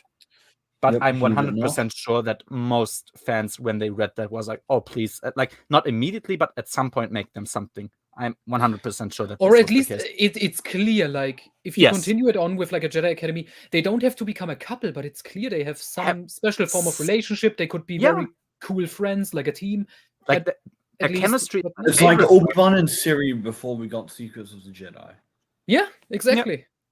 Their chemistry was my favorite Speaking part, I of, think, of the Matt Thrawn Wilkins trilogy. actually thinks that there was no setup for Secrets of the Jedi. Yeah, Matt hates Secrets of the Jedi because he's stupid and he doesn't Thinks it understand. was unnecessary. That made me so fucking angry at the end when he shit on the ending. The ending is one of the greatest things ever. Oh man! Should I spoil? Can I spoil this quick? Sure, it's gonna So be. It's Obi-Wan's best moment in the EU. Yes, one of them. Siri fucking dies. Okay. Oh, yeah, And I've heard that. Yeah. Obi-Wan has this moment where he just walks up to the guy who killed her, and we just get this from Anakin's POV, and Anakin is like, this was the first time in his entire fucking life that he has seen Obi-Wan Kenobi looking like he's legitimately angry and about to murder someone in cold blood. Oh, I can. But then Obi-Wan is just like, he stops, he like deactivates his lightsaber, and he's like, "You're under arrest," in a monotone voice. That sounds perfect. Yes. And Matt is like, he didn't we didn't get like in-depth descriptions of Obi-Wan's feelings, which we shouldn't, because the fucking scene speaks for itself. But Matt was like, well, what is this shit? Like, Obi-Wan just walks up to him and arrests him. Like, the fuck? You get the feeling he doesn't actually care. Like, oh my god, Matt. Single question. And maybe, Anakin's perspective. Yeah, that's perfect. Oh as yeah, well. Anakin's perspective, and then Anakin is like, Anakin I guess he was like Anakin for a second. He was considering seeing Obi-Wan that emotional. Anakin was like, maybe I could tell him about Padme, but then when he sees Obi-Wan like suppressing his emotions and shutting it down again, he's like, oh okay, I guess I will not. And Obi-Wan is fucking devastated. Like that was a scar on his life. Like fuck, that was such a great moment. Let me just ask you quickly. Obi-Wan never even loved her at all because he didn't kill Nagus. Yes. Oh, yeah. Anakin legitimately thought, oh, he didn't love her, I guess. Yeah. That's brilliant. That's Jude Watson's number one moment. That's Obi-Wan's number one moment. No, not according to Matt Wilkins. He hates it. It's stupid. It doesn't explain enough of his feelings. Does he love Luke decapitating Lumaya? Yes, he does. Okay. He's like, that's such a badass moment, bro. He's like, whoa. It's perfect because he Luke actually brutally kills Cliff, and then he says, "I would never let you fall," and then chops her fucking head off. But says this deception is out of character, right? Yeah, because Obi-Wan. Matt was laughing throughout the Maya thing.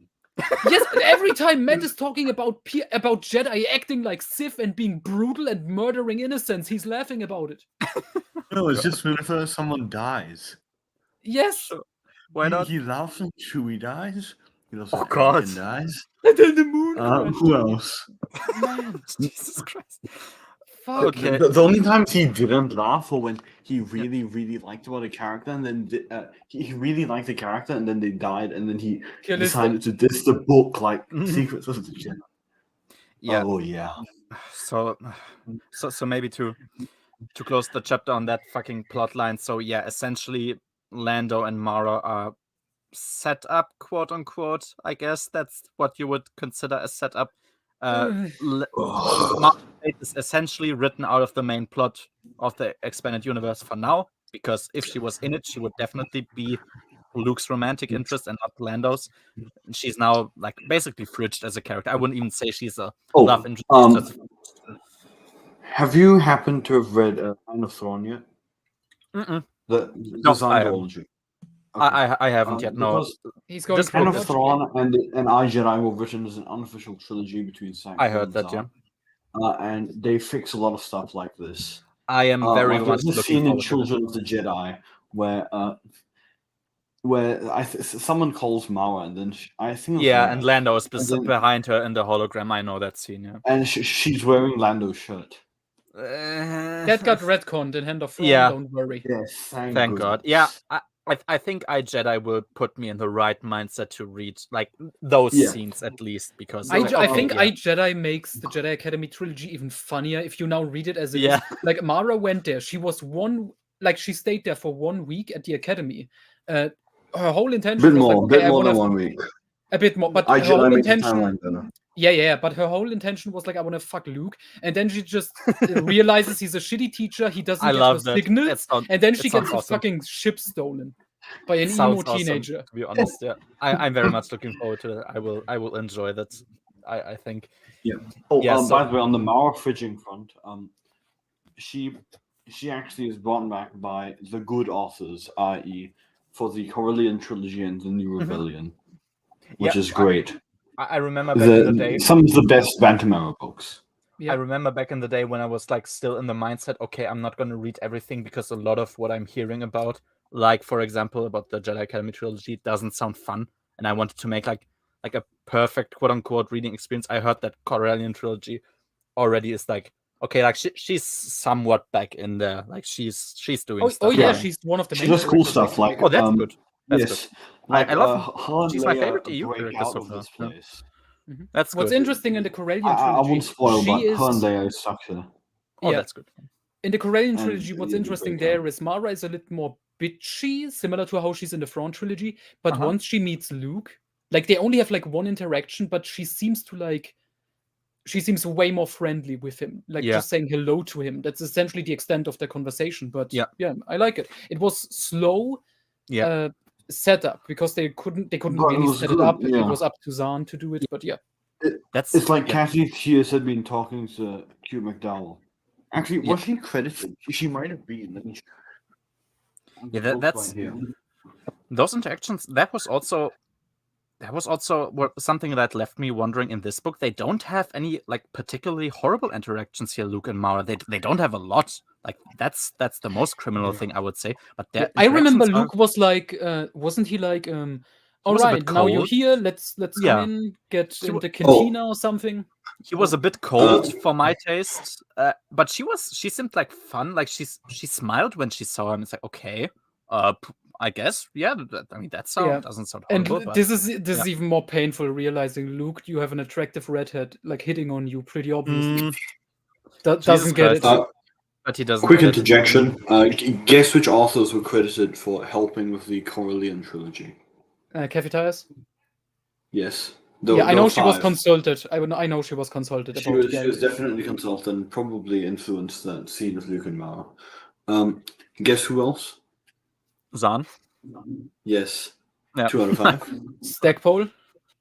No. Not mentioned. Stackpole took inspiration from this, though. For iJedi. This consistent continuity for everything except what on earth Corran's grandfather was doing through this. Also, Rush? No. McIntyre? Yes. What? Actually? Nice. Yes. Crystal Star. Nice. Yes, the first good characterization of the Solo kids. Oh, that's good. Yes, I love the characterization of the Solo kids in Crystal Star. They even do this really cool thing. You know, like in D&D, there's a light cantrip where you just conjure light that floats on your hand. The Solo kids do that with the Force and the Crystal Star. It's so cool. I'm interested in that. Like, I've heard so many different things about it. Like, this is one of the books I'm most intrigued about. Just like, what's going to be praise Waru. Yeah, praise Waru. I know that. I'll just get quickly through the comments and then we'll go further. The other two, for the record, were Kevin and Wolverton. Oh, yeah. Okay. I agree with this comment. Yes, it's like there's yes, they did. They actually did. One of the most egregious things in these books is that they just have no structure. Like, it seems like the basic plot for 5 different novels is somehow mashed together into one. It's so... They told Kevin to speed run it. They didn't even give him individual hardcover per book. They just gave him a science fiction book club omnibus. Which he's actually gone an interview talking about this. Which He admittedly had is to pretty shitty. do it fast. Yeah. Skiing, oh fuck skiing. I don't know what you referenced here. Maybe you can write it in the chat what you meant by this comment. Yes. I like Matt. I really like Matt, but yeah, it's sometimes frustrating to hear the, I would say, very thin justification of why things are supposedly good. But yeah, okay, no shade. here's the problem. Matt sees sometimes stuff that are beyond the page but don't exist. Like that Mara Like wasn't Traitor. actually Mara in Retreat from Coruscant. What? We need to No, interview I Matt mean- Wilkins and ask him what the fuck that was about, because that's still bothering me. Like, what even is this point? Yeah, no, I'm also. No, I meant stuff like Traitor. Oh yeah. And then when we told him on a live stream back in the day, me and Josh, because Matt was like, "Oh, they clearly planned this out all the way back in New Jedi Order, and Traitor was the setup." And we told him like, "No, dude, we have interviews with the authors and the planners," and he just went silent, and then changed the topic. Yep. Like he can't deal with this. Like his brain, he's not capable to. Oh man. Unfortunately. Vision of the Future. Yeah, I've heard a lot of people say it's okay. Good, It's it's too good. long. I've heard a lot of times. I mean, it's two I books in recently German. reread it actually. Yeah, the German splitting into a trilogy was actually a decent idea because the paperbacks are some of the longest in the EU for some reason. But basically, it's good though. Okay, initially I felt it a bit draggy. The second reread, it was. I think I was fine with the length, but then again, I was fine with the Snyder Cut. In terms of length, anyway. The only slightly draggy bit was when Wedge and Corrin left Bothery, and then there was this old woman still there, some agent of cards, I think, and trying to stop these saboteurs from blowing up the planetary shield. No. So after Wedge and Corrin left, and it was just the old woman, it kind of went, yeah. But it was still fine-ish. I guess. I think he could have really shortened that bit. I think considering I'm not liking this section of Bantam I'm in so far, I will maybe be a bit more almost unfairly appreciative of these books, even if they might not be like that good quality-wise. But yeah, I mean, I can see like they seem pretty thick. My latest Bantam read was in chronological order, so I definitely get what you mean. You know, after I finished the first 8 X-Wing books, I was in such an X-Wing high that I pressed on and read Adamar, skipping ahead a bit. And then,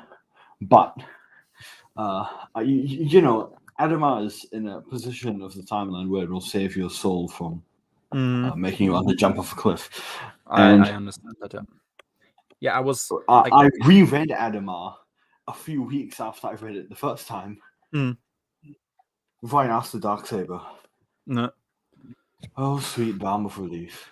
Oh yeah, I mean, I was almost a bit tired because like I was reading basically 6 X-Wing books back to back, but I still really liked it. But at some point I was like, okay, I love X-Wings, but it's a lot of X-Wing books, and like, okay, I need to get also to something else. No matter how perfect, like not perfect, but how awesome they are.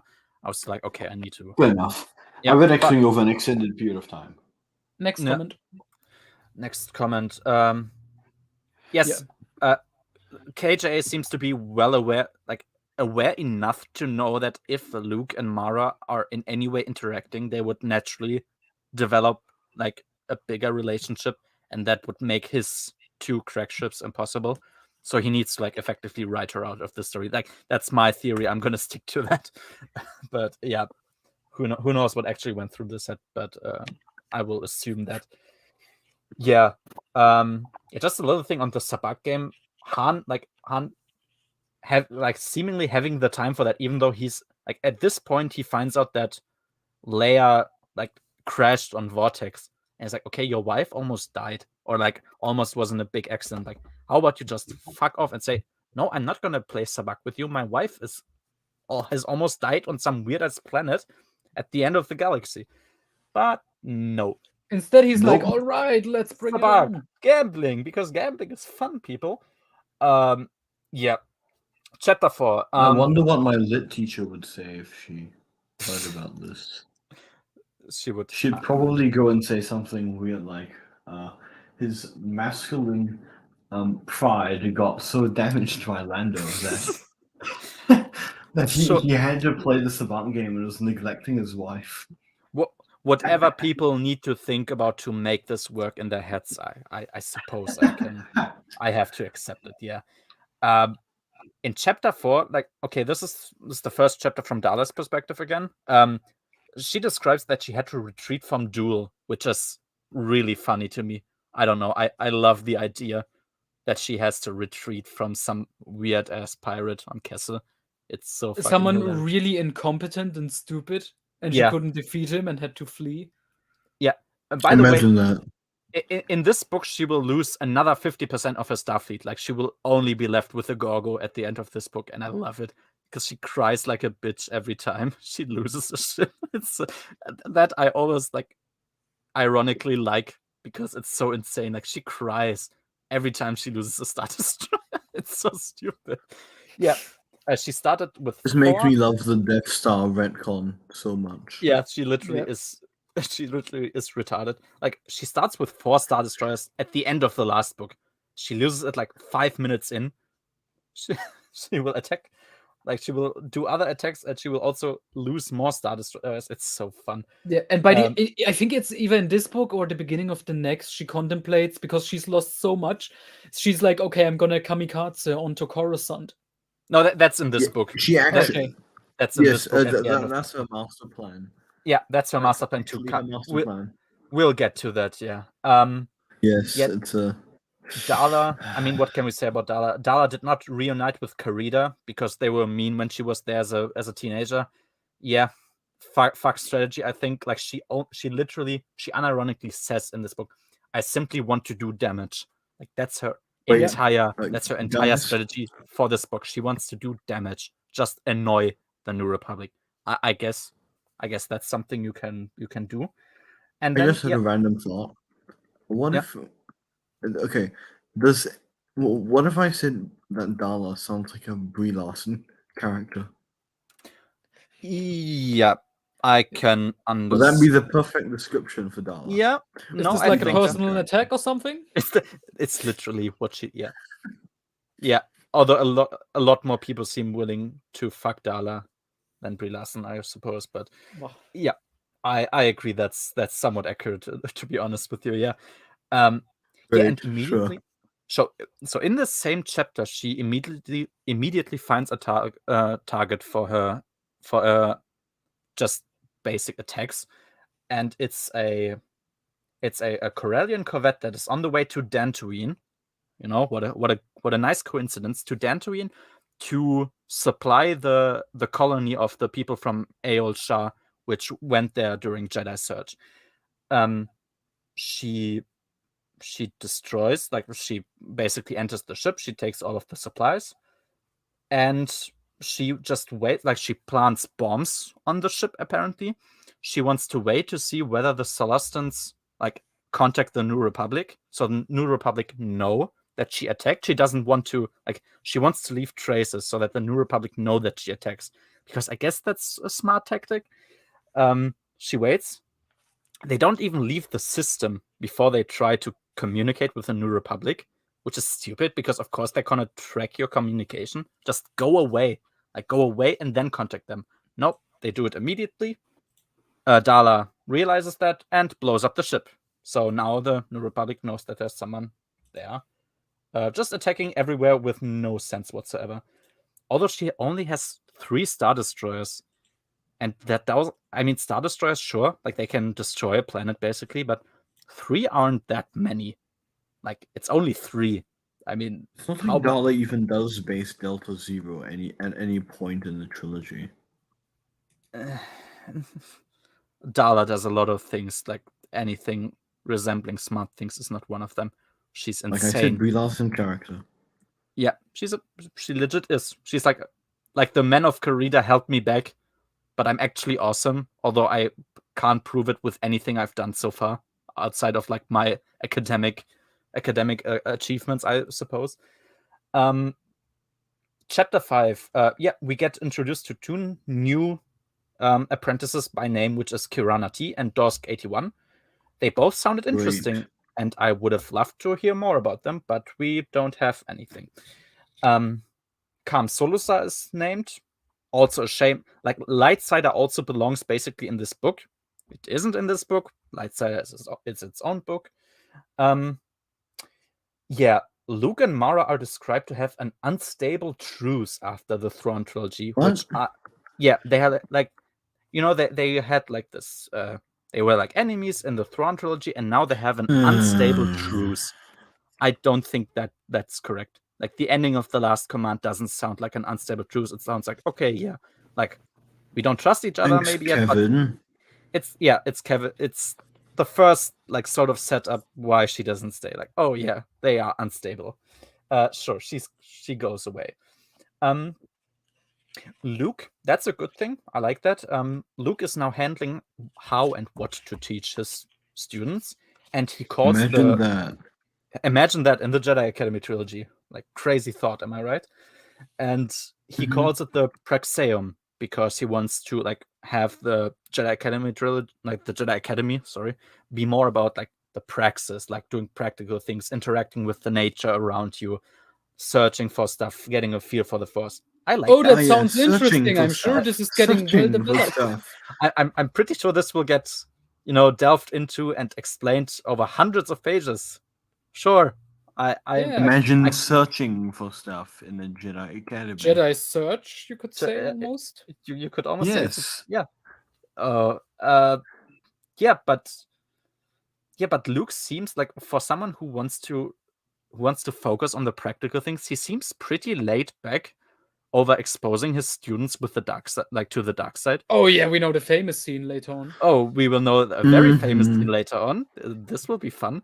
But yeah, it's like, okay, I understand, like, at some point you will have to bring them to such a place, and for that lessons, the Masasi Temple, I would say, is actually a good place to learn, but not at the beginning. Like, they are very malleable. You maniac. Yeah, what a crazy idea, right? Not getting your students who don't know anything about the Force immediately into contact with the dark side and into grave danger. What a hilariously insane thing to think. Yeah. Thanks, Kevin. Okay. He basically says, like, go out into the nature, see ya, chumps. Do whatever you want. Still, I like that it's practical, but he's too laid back with his teaching, and we will have this paid off later on in the book. Good thing Laura insults him about this in Hand of Thrawn.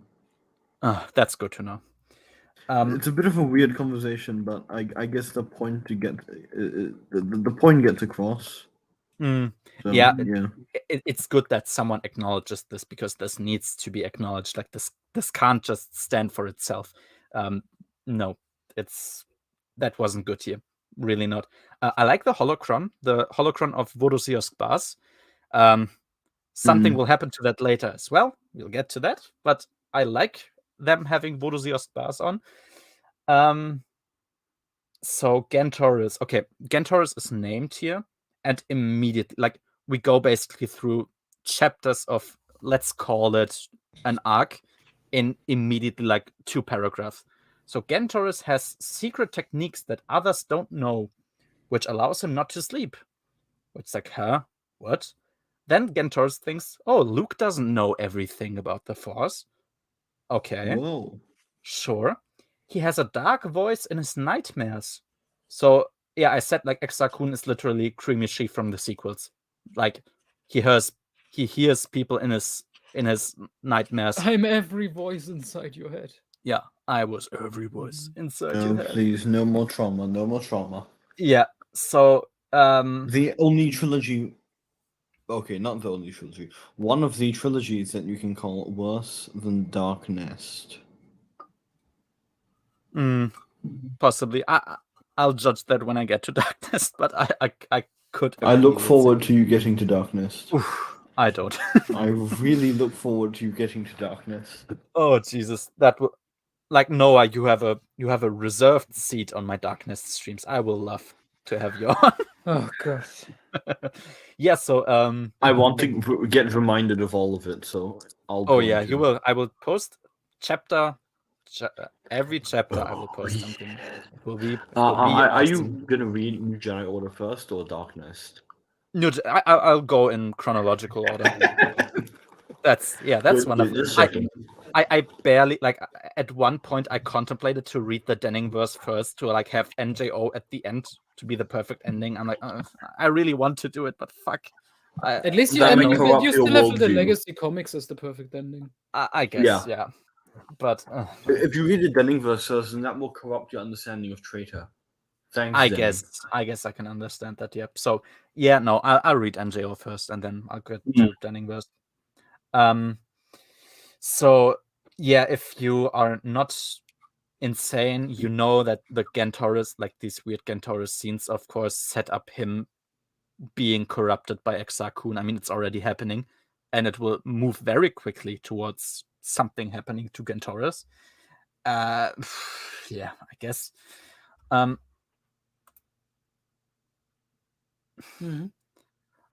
not sure whether that thought will comfort me when I am at Darknest, but I hope it does. Yeah, so a little thing I wondered about, like, there was still rebel equipment on Yavin 4, and I wondered why. Because the New Republic repeatedly gets described like as this faction that needs a lot of resources, and that's very reliant on them, and they don't have anything around basically, and they constantly need help. And it's like, okay, the I equipment wonder is what people might say about that. Maybe it's too old or something. But still, like that would it's. I know that would be a very stupid excuse, but yeah, I mean, it's not even only like computers; it's defense mechanisms like turrets are in there, and like take them for the love of God. Like no one is going to Yavin 4. The Empire. I don't think. Wait, they have like stuff in defense, like defense. They basically like there's. They didn't move all of it out apparently. Yeah, Wait, like, does this make sense with Young Jedi Knights? Because in Young Jedi Knights, Yavin gets attacked, and at the end, Luke is like in the middle of the series after the Shadow Academy attacks. He's like, okay, we have to sharpen our defense stuff. That could probably be like a calling back to that. Yep, because like there's a storage room full of old rebel equipment that couldn't like immediately get picked up after the Battle of Yavin. And there's like even defense mechanisms still lying around, just ready to be picked up. And even if this is old mechanism, like what can it like? It can't hurt to just take them.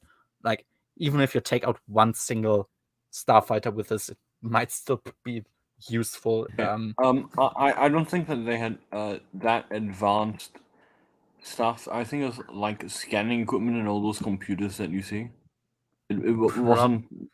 I'm pretty sure it also had like turrets, like defensive turrets. I'm not sure, but I'm relatively. I don't remember the turrets, but yeah, I mean they definitely need computers and stuff. Yeah, I mean computers I can understand, but still you could harvest them like for resources, at least for some. They should have used those in Young Jedi Knights. Yeah, definitely. Oh. Actually, speaking of these weird continuity errors, slight tangent about Firestorm. Did Kevin not talk to his wife? Why does Tion have her ship now? It was brand new in Junior Jedi Knights. Oh my god, right. I forgot that. Oh, is it? Okay, I didn't know that, so I didn't mention it. Actually, let me grab my phone. Where is it? Basically, in Junior Jedi Knights, I think it's book 4, the first one by Rebecca Moesta. Tion shows up with a bunch of stuff in a new ship and talks to Anakin and Tahiri and goes, "Oh, look at my new ship, the Lawseeker. It's super old and has solar sails and such, but yeah, it's really cool." That would make like it's explicitly I traded called it the for a Lost. song. Yeah, Yes, it's explicitly the exact same name. Yeah, unless they make it like I don't know, like Geralt from The Witcher, where he calls like as long as he doesn't call every ship the same, like Geralt would do like with his horses in The Witcher. Yeah, this would not make sense because she has explicitly the Lawseeker that she flies in Firestorm. Yeah. yeah, that's something. Yeah, so Kevin just didn't talk to his wife about. Yes. Oh wait, sorry. Yes. I think it was the next the fifth one. My bad. Okay. Which he co-wrote, by the way. He and his wife worked he together. didn't get a writer credit. For what? He probably edited it, but I don't think he got a writer credit. Wait, Young Jedi Knights or Junior Jedi Knights? Junior. Oh, okay, then his wife wrote it by himself. Yeah, he didn't talk to his wife at all. Let me. Yeah, I mean, I suppose Yeah. Let me pull up the exact thing, just for reference. Yeah, I will just as long as you search, I will just briefly talk about the lightsaber crystals. Like, okay, apparently you can like put multiple lightsaber crystals into one lightsaber, and it's like you can make it like longer and stronger, your blade, and you can also make it shorter. And I immediately that's true. And I immediately wondered, okay, why did no one have this like up until this point? Like, at least in the prequels, why does no one have? But I mean, I suppose this would be a problem of the prequels then, because they came out afterwards. But people have it in the prequels.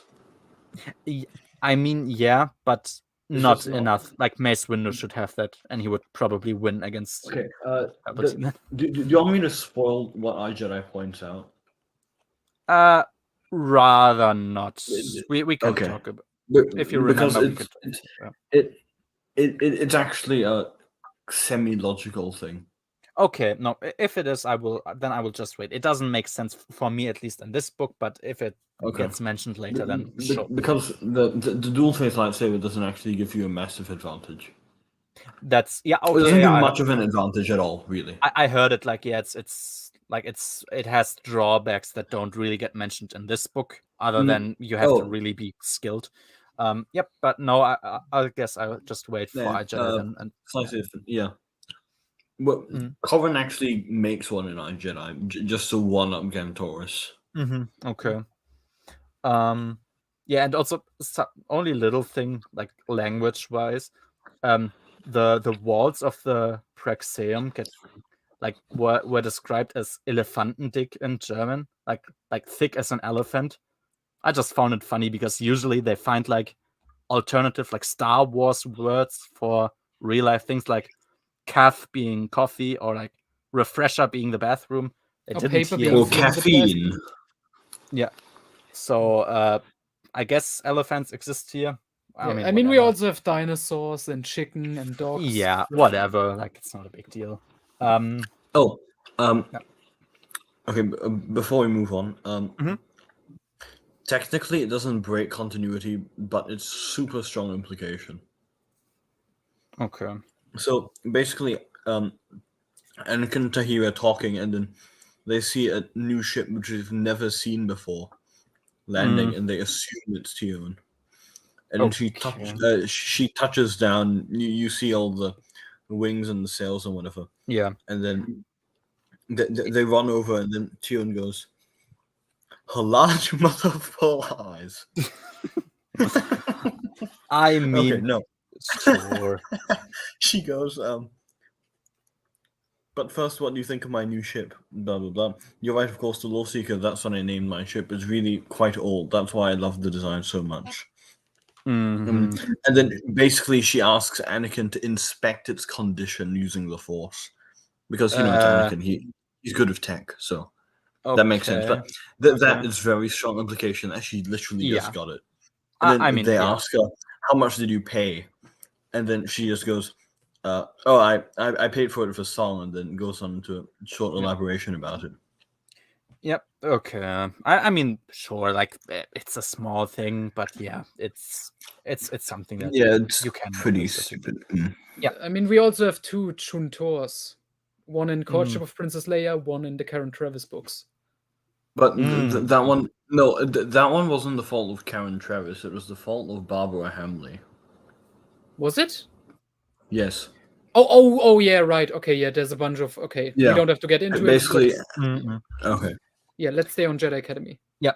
So, Chapter 6. Chapter 6 is the chapter in which Akbar resigns as Admiral, because there's like an internal investigation on what happened on Vortex.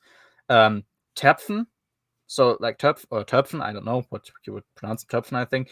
Like another Mon Calamari is the only one that is inspecting the being of Akbar to like find out if something went wrong with it. In this chapter we don't know, but he obviously says that everything is fine because Terpfen is a sleeper agent, and he of course says that everything was fine, so it was Akbar's fault that he crashed into the cathedral on Vortex. I wondered why only one, why only one person looks into this independently. Like, it seemed pretty serious, so I would have thought, okay, maybe multiple people look into this, but whatever. I guess, yeah. We have well established that the New Republic is really shitty. Yes, the New Republic is horrible to everyone. In the Jedi Academy trilogy. Yeah. And Black Fleet. And courtship still. I would say that. Individuals in the New Republic. Yeah, so like we get the explanation what happened to Terpfen. So at some point he was captured by the Empire.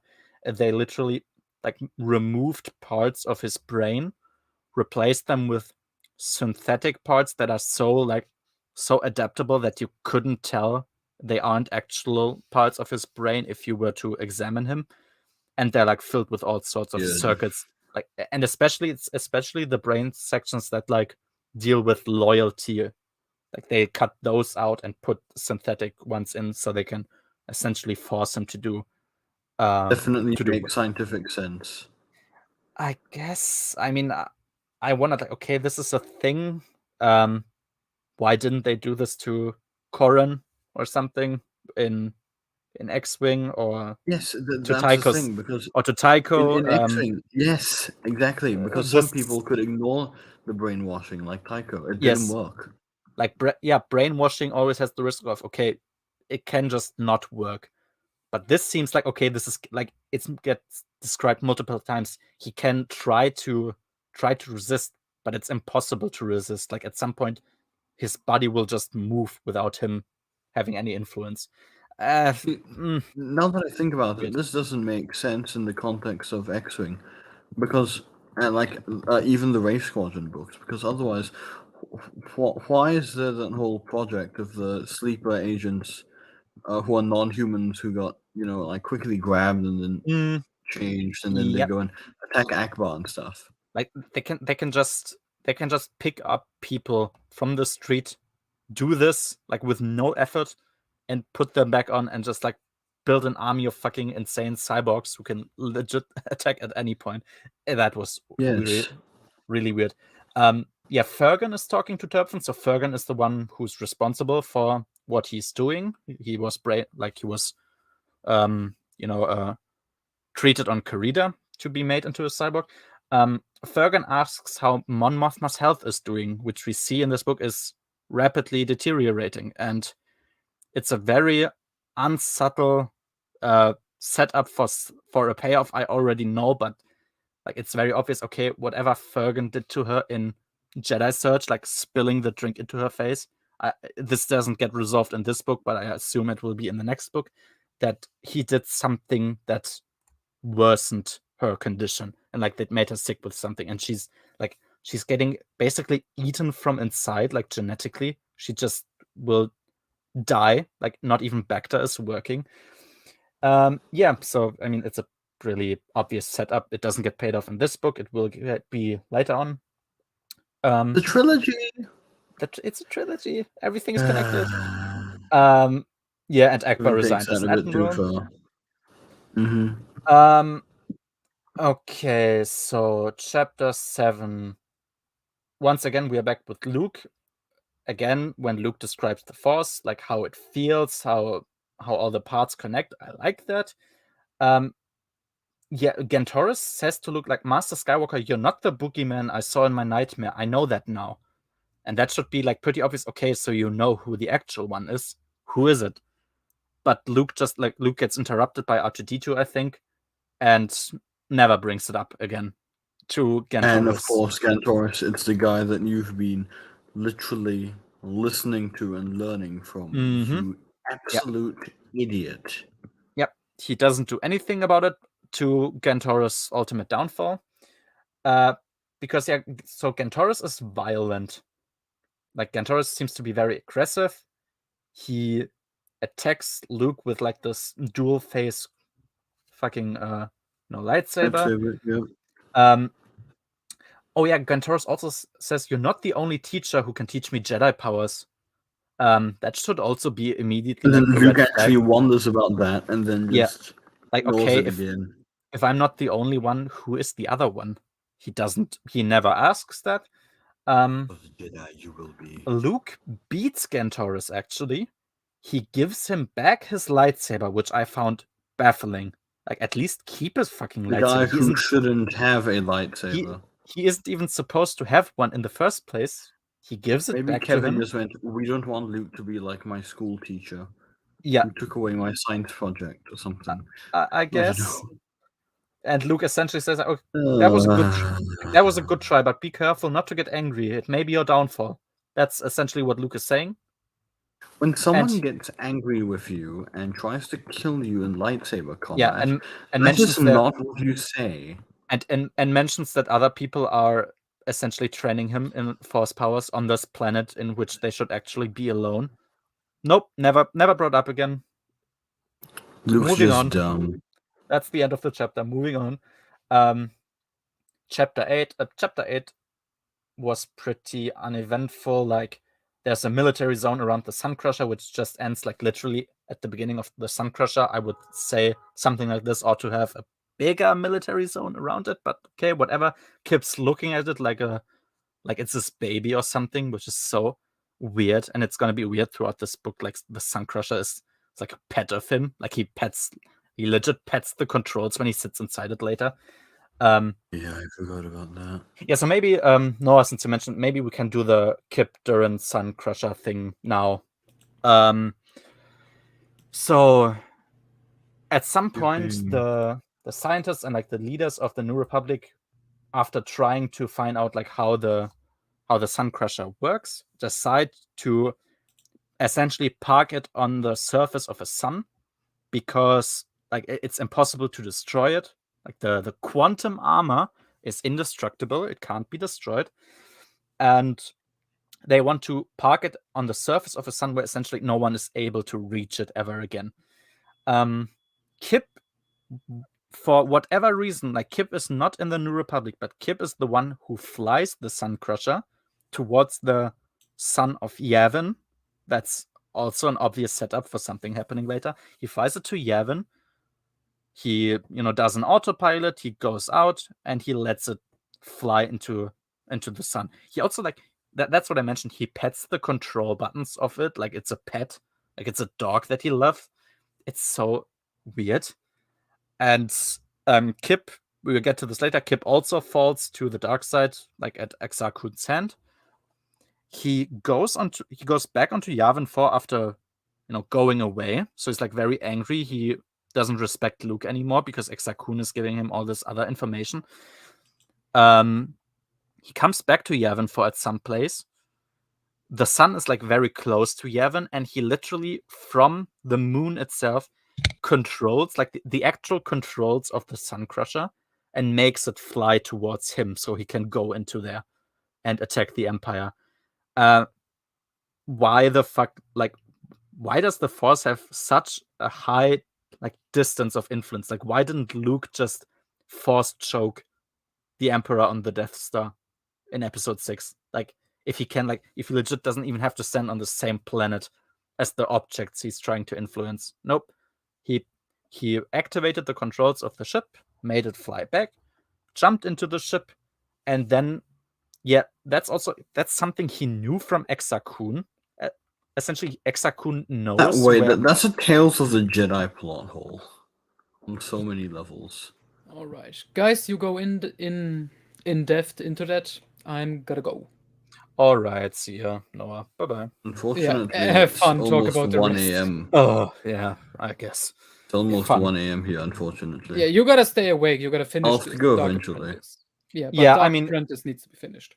Yeah, you get to go if you want to. I will finish this in any case. Yeah. No, thanks for coming on, Noah. Everyone, my pleasure, and good luck. Good luck. Yeah, thanks. Yeah, so Exakun knows about stuff happening in the galaxy. He knows. I think that's the assumption. It never gets explicitly mentioned, but he apparently knows where Kwisatz is hiding on. Like Kwisatz is on Ether with Wedge. We'll come to that a bit later. He goes to her, deletes basically her memory, then goes back, takes the Sun Crusher, flies to the system where Dala is hiding in, uses the Sun Crusher to detonate the sun. Then she basically forces the two remaining. At this point it was two remaining Star Destroyers of Dala into a fight. So long until the sun explodes, and the Basilisk, I think, is the one that gets destroyed. Yeah. What are we supposed to make of this even? I don't know. Kip is very weird throughout this book. He gets a lot of powers very quickly and a lot of very overpowered powers. We'll get to those later. Yeah, I can't blame Kevin for the speed bit, because we didn't know how fast Jedi training was, because Lucas deliberately didn't have any specific time mentioned in the original trilogy, which is fine. It actually might have been a good idea. Yeah, but the training, like the amount of time that power creep. Kevin did not think long-term power creep. Mm-hmm. Otherwise, why wasn't Obi-Wan way more powerful on the Death Star? Yeah, I would, if Palpatine used the controls of a starship that's on another planet, right next to their planet, I would also be like, okay, this seems very overpowered. He can, why can't he just fully control the starship and fight in orbit? What are the limits? Yeah. What are there is no limits. With Kip especially towards the end, he very quickly gets a lot of powers and a lot of very, very OP powers. And it's solely to move the plot forward. And it's Kip is one of the worst. I mean, all of the characters are pretty in this book, but Kip is definitely one of the worst. He has, sure, he wants to destroy the Empire using all means necessary. I can understand that somewhat, but the manners in which KJA enables him to do all of these things, they are overdone. You need to be a bit more subtle with the powers. It's just one big power up after another. Yeah, we'll get to more details on Kip specific things later, but this was essentially his Sun Crusher plot line, and it ends there. So we don't even know. I know that the Gorgo survives. I think the Basilisk is the one that gets destroyed in the system. The Gorgon is Dala's one, I think. Yeah, the Gorgo is Dala's flagship that survives. The Basilisk was supposed to be for a suicide mission. We'll get to that one also. But the Basilisk is destroyed. The Gorgo remains. But at the end of the book, we don't actually know that. It seems towards the end of the book that everyone died, because it just doesn't get explained. It was cliffhanger. Yeah. Well, actually, no, that's not even a cliffhanger. It's just. Yeah. It's did they not? Yeah, more or less it's a cliffhanger. But yes, so the cliffhanger without the cliff. Yeah, basically. It's just a hanger. It's just a hanger. Yeah, I also know what I want to hang when I think about this. Chapter 8 also introduces Wedge and Kui having feelings for each other. Kui sucks.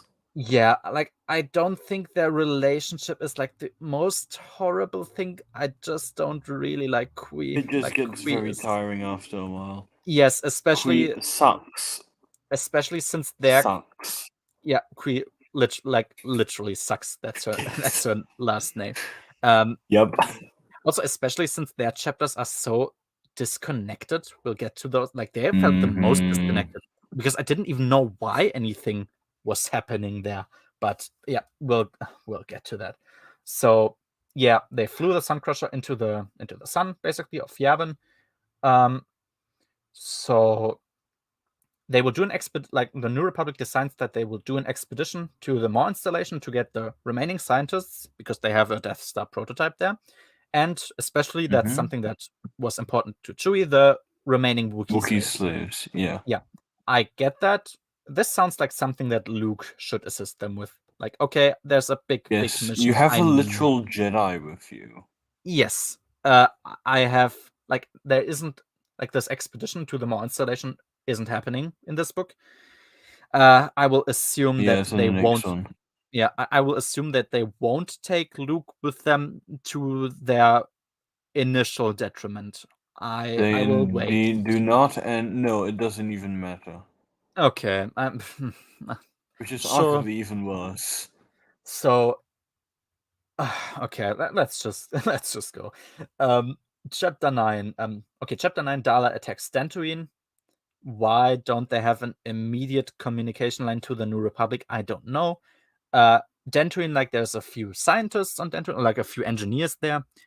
All of them get killed, and the entire colony of Gantoris, home planet Aol Shah, also gets wiped out. No one survives. Yeah, I mean, Darla said she wants to do maximum damage. That's her only goal, and I guess she does. She murdered civilians. Terrorist character. Yeah, and also like I get that the Empire is they are the bad guys, but I find it weird that like no one would even question like why are we are just slaughtering civilians like this? Those aren't even Republican sympathizers. They're just there. Like they were just relocated. We're just slaughtering because Kevin, for some reason, sees the stormtroopers as more like clone troopers or droids. I guess, yeah. Not even like the what was his name, Kratos, like the assistant basically of Darla. Even like I would expect him to at least be like, why are we doing this? He isn't. He's like, okay, yeah, we are like, hungry. Kevin for even gave him a personality. Yeah, but as in relatively speaking for Kevin books. Yeah, which isn't even like it wouldn't even have been necessary. They could have just not done it because he doesn't do anything specifically characteristic in this book. But I agree. Obviously the Empire is controlled by the Sith, and the Sith are absolute evil, but a bit more nuance with the Empire as a faction and how like people feel towards the Empire. Like, okay, sure they are the space Nazis, but you could make them a bit more nuanced. Like, is there a reason? Hellion. Yeah, like, is there maybe a reason why people would follow the Empire? Like, legitimate reasons why they would? Like, is there something, prosperity, security? Yeah. Because it seems to me like Starfighters of Adamar is the ultimate counter Jedi Academy trilogy book. Even more so than iJedi. Yes. For one, Kevin and Kwisatz break up in literally chapter 1. The first few pages are them breaking up. It's priceless. Okay, let me pull out this quote.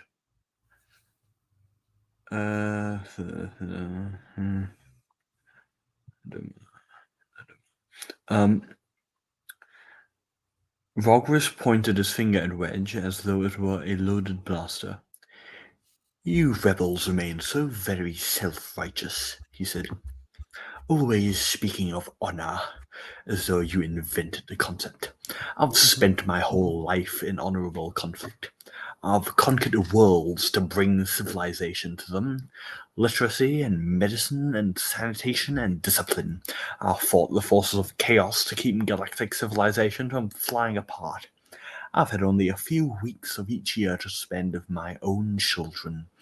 I've made all of these sacrifices, only to be lectured about honor by someone a generation younger than I am. That's a reward for you. Yep, that sounds good. Like, that's a great quote. They don't need to just be space Nazis. They can have a bit more nuance. It's okay. Like, they actually had benefits. Yeah, I like there is some reason why the Empire would have sympathizers. Like, I don't think they're just all brainwashed idiots who don't know better. Like, there's Imperial Remnant exists for a reason, Kevin. Yeah, exactly. But yep, we don't got anything about that here. They literally don't show up in a Kevin book until Darksaber.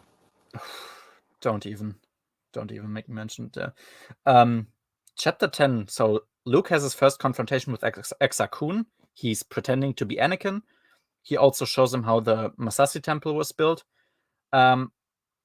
Luke almost seemed like he was unsure whether he should accept the teaching of the Sith by Exar Kun. Yes. I don't think that is at all in character. He Like, genuinely hesitated. Yeah, I hated it in Dark Empire already. I didn't like Luke falling to the dark side because his point on why he did it felt forced to me and like something that Return of the Jedi had covered already. But okay, Dark Empire is a thing. But even I mean, it's a comic, so you can sure. excuse it a bit. While Sure. the Jedi Academy trilogy is a book, you're meant to have the full explanation. Yeah, but the point of a book is to fully explain everything. Yeah, but okay, he just doesn't care, and he's like, "Oh yeah, maybe I should be a Sith or something." Thanks, That Kevin. was I don't even want to try and make sense of this, and like especially after Dark Empire, this should not be a thing. But yeah, this should be like the first sign of okay, we need to go. Like this dude is dangerous. It's not just like weird voices. It's like an actual dude here. So like in this after Gantoris transformation should be a reason to leave Yavin. They don't. Gantoris has an interaction with Exar Kun. I wondered why he didn't talk to Luke previously, because Luke just doesn't talk to him about it anymore. Sad, but that's what it is.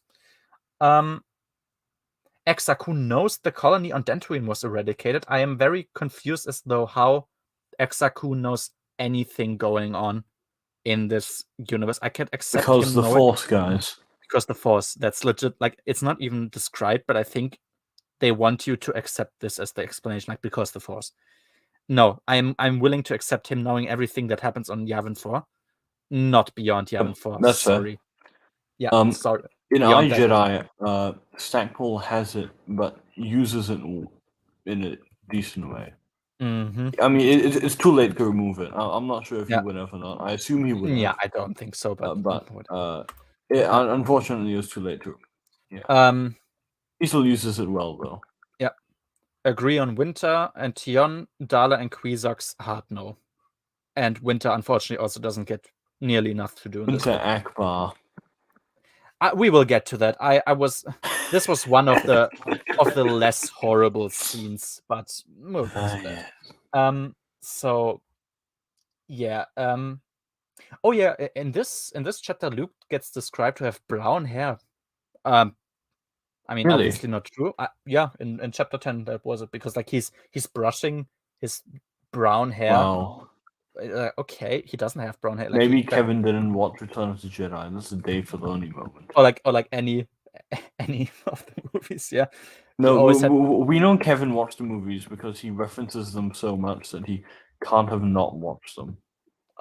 Because look, he obsessively references the original trilogy. That's true. I agree, that's true. Yeah, we have like two very. I think we have to concede that Kevin watched the movies. It's just that Kevin clearly didn't watch them very clearly. Yes, we will have very obvious member berries. We'll get to them. Obviously pulled from the original trilogy. Like a Dantooine, for one very obvious original example. Yeah, true. The rebel base is still in Dantooine. Planet. Yeah. But yeah, and also Yavin 4 being another extremely obvious one. Yeah, and also it's like Luke went through his mental list of which rebel bases? Yes, let's think about Hoth. Nah, that doesn't work. Yeah. What about Yavin 4? Ooh, nice, great. Let's go there. And we also have like explicit like voice lines just taken word by word from the original trilogy. We'll get to them. Yes. So yeah.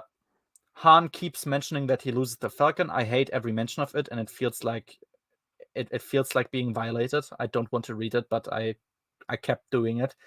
So Gantoris is dead. His corpse is crumpled up and black from burn marks. So is Luke shocked? He was burned from the inside out too. Yeah. Is Luke shocked? Does he immediately leave Yavin 4 like any other normal person would? No. He said something very he said a single line that's just perfect. Beware of the dark side. That's it. Moving on. Next chapter. That's Actually, I that's don't all he think had to he say. even said beware of the dark side. He just went beware the dark side to be Yeah, extra true. ominous. Yeah, like beware. Just because, even more ominous. Yeah, like Ominous, basically you don't want to end up like him, do you? Beware, So the beware. dark side. Yeah, and it's like, okay. Sure. That's something a Moving Jedi on. Master should be saying. Yeah. It's like Kevin thought this sounds like Yoda, and then took it out of context. Yoda's It's like, oh. no. Oh, yeah. Okay. It's like Kevin was watching the original trilogy, and then just wrote down lines he wanted to use. Like he was watching Empire Strikes Back and went, all right, so now I'm watching Yoda. Now I'm going to take down some lines that I think Luke can use because he's a Jedi Master. And then, right, okay, so this, I got it, a Yoda-like line. Beware the dark side. Or maybe Great, it's a perfect opportunity. I'm going to use it right now when Gantoris dies. And he maybe he had a premonition about the prequels, and he like imagined already like Anakin going to Yoda in Revenge of the Sith, like, oh, someone close to me is gonna die. Like I had this premonition, and I don't know how to deal with it. And he's like, "Don't be evil." And it's like, okay, thanks, bye. Like that's all he has to say. Nice. Yeah, that's legit. Like Lamau. Like, oh, look at you, idiot. Like they basically throw out his corpse of the temple and move on. Okay, cool. Chapter 11. That's the infamous Winter Akbar chapter. So reading the chapter, I had to admit, okay, I heard a lot about this chapter and I prepared for the worst. I will say that the chapter was not as horrible as I imagined it to be. I can sort of understand why Winter feels the way she feels. So essentially, if you don't, so Winter is alone on Anoth because she's supposed to guard the Jedi children that were Jason and Jaina, but they left like 6 months ago already, or 5 months ago. It's only Anakin left, and she doesn't have contact with anybody else. She's alone. Only Luke and Akbar and herself obviously know where this planet is located on. So they are obviously the only ones who would come to visit, or like Han and Leia would occasionally come to visit, not knowing where they are flying to. And I understand, okay, Winter is completely isolated. She doesn't have any contact with anyone else, and she feels lonely. And she just wants to have like some adult company. So that's why she asks Akbar, because Akbar adult company, quote unquote, yeah, not that guy, but yeah, but like sort unfortunate turn of phrase there. Yes, it is. No, but yeah, Akbar resigned from his post as admiral, and he now wants to like last time he wants to go to Anoth, also to his detriment, because that's what establishes Fergus knowing where Anakin is. But yeah, he wants to go back to Mon Calamari. He just has like this last interaction with Winter, and although I don't think it's as horrible as I expected it to be, it has a very weird like sexual undertone. And it is so weird. It's just probably the weirdest bit of the trilogy. Yeah, I can't believe I just said that. Yeah, I would almost be happy to say it's not intentional, but it's just KJ is a shit writer and he doesn't know how to write. It happened so many times. Yeah, that's true. So it could also be very the weirdest bit. It happened so many times that you begin to doubt reality. Mm-hmm. Yeah, so not as horrible. Like it's not explicitly like, oh, like you want to sleep with me or something, but it's like, yes, yeah, I could need company. I'm so alone. Please just word it a bit like, just say, I am so isolated here. I just want to have a friend to talk to. It's like, okay, no sexual undertone. It's very clear what her intention is, and we can move on. But yeah, I would 100% say this is what she actually means, but it's so disgustingly written. Wait, hang on. Does this happen more in this book? No. Like, this is the only interaction that Winter and Akbar have throughout this entire book. Okay, I have bad news for you. Oh, no. It continues to happen in every other book. In every other book? Champions of the... I think Darksaber, definitely Champions of the Force. No, not Darksaber. Please not. Like, okay, Champions of the Force. Yeah, okay. No. Champions of the Force, it happens repeatedly, I think. Oh, okay. I'll wait to see. It's definitely definitely intentional. Fuck. I know. Why? I know. Yeah. I know. Oh God. I know.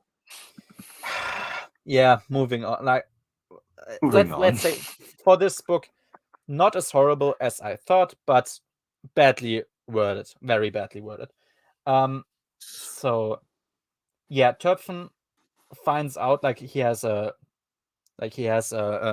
form of tracking device on Akbar's ship, and he manages to use Akbar's, like, basically Akbar has a diplomatic secret code that enables him to like just send information anywhere without anybody controlling it, like looking through it. Yes, The it New kind of Repu- makes sense. Yeah, I accept that. The New Republic didn't yet delete it, and sure, I mean it basically seemed like it was hours ago that he left Coruscant, but Okay, still, yeah, like, fine. he's one of the That most doesn't account for hyperspace travel time. But yes, yeah, okay, whatever. and he's the most one of the most high profile members of the New Republic Yeah. command. He should be like that should be deleted immediately. So now Turpin is able to, because he knows that Akbar will go to see Anakin for the last time. He knows where Anakin is now. He's on a north, and he's giving this information to Fergan, which I assume sets up Champions of the Force. Nothing happens here. We just know that he builds up an armada to attack a node. Yeah. Yeah. Quick interjection. How does Mhm. Turpin even have Akbar's secret code? Is it said? I think it was. Wait, it's chapter 11. Wait, let me just quickly go to it. I think I remember it actually was somehow explained how he had it, but I'm not quite sure. So Turpin, wait, so blah blah blah blah. Yeah, okay.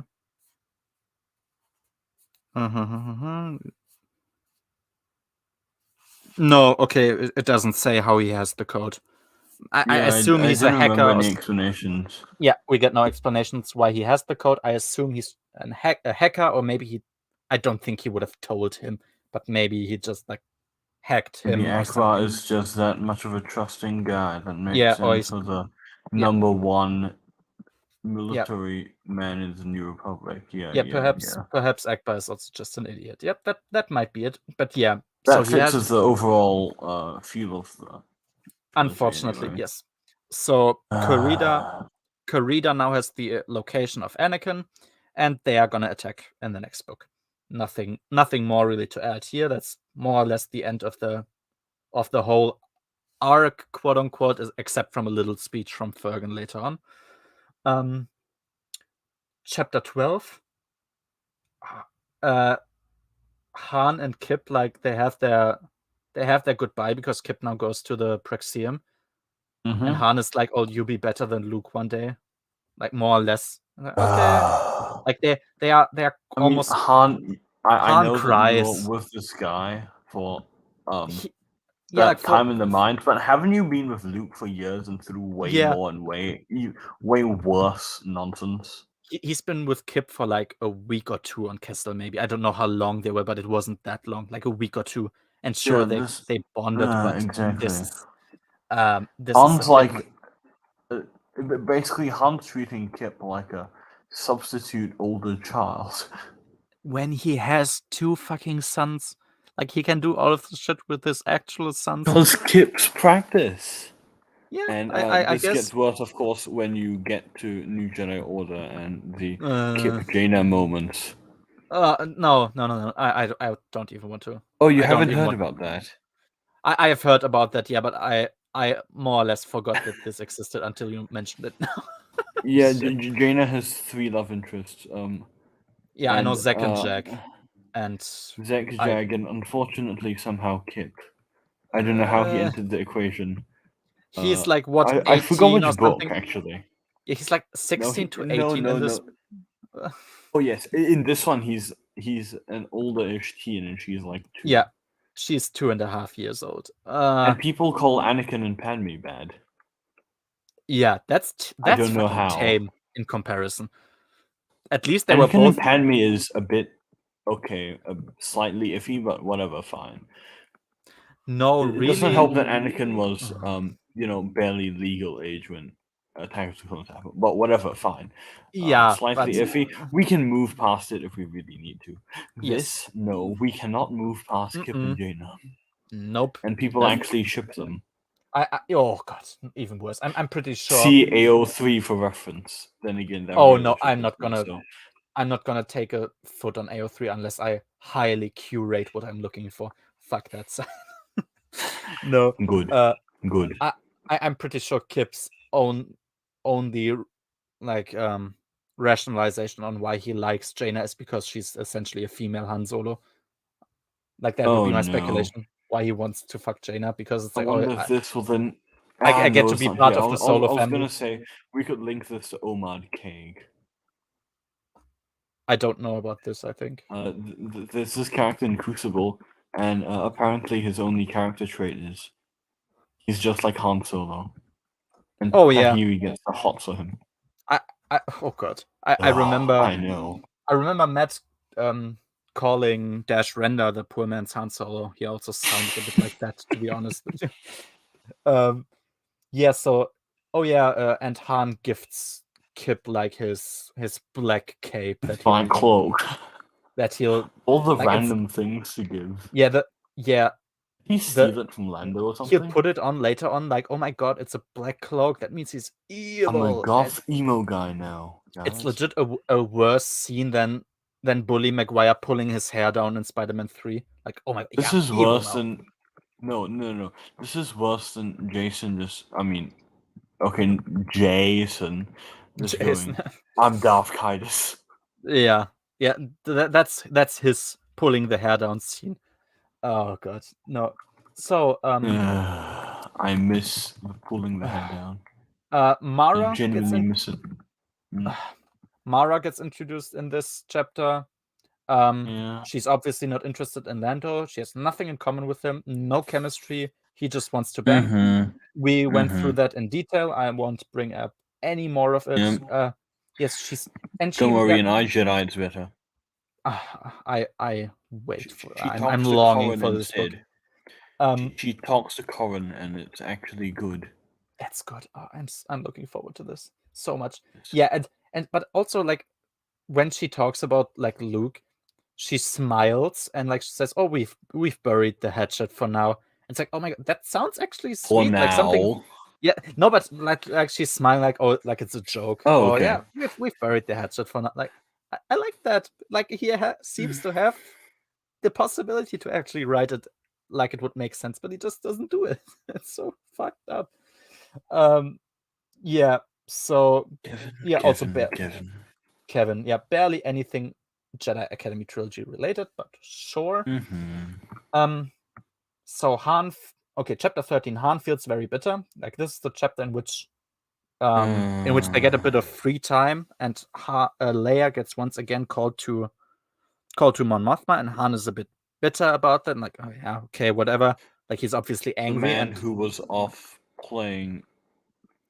We don't talk about that. Yeah, with Kip. Never mind. Yeah.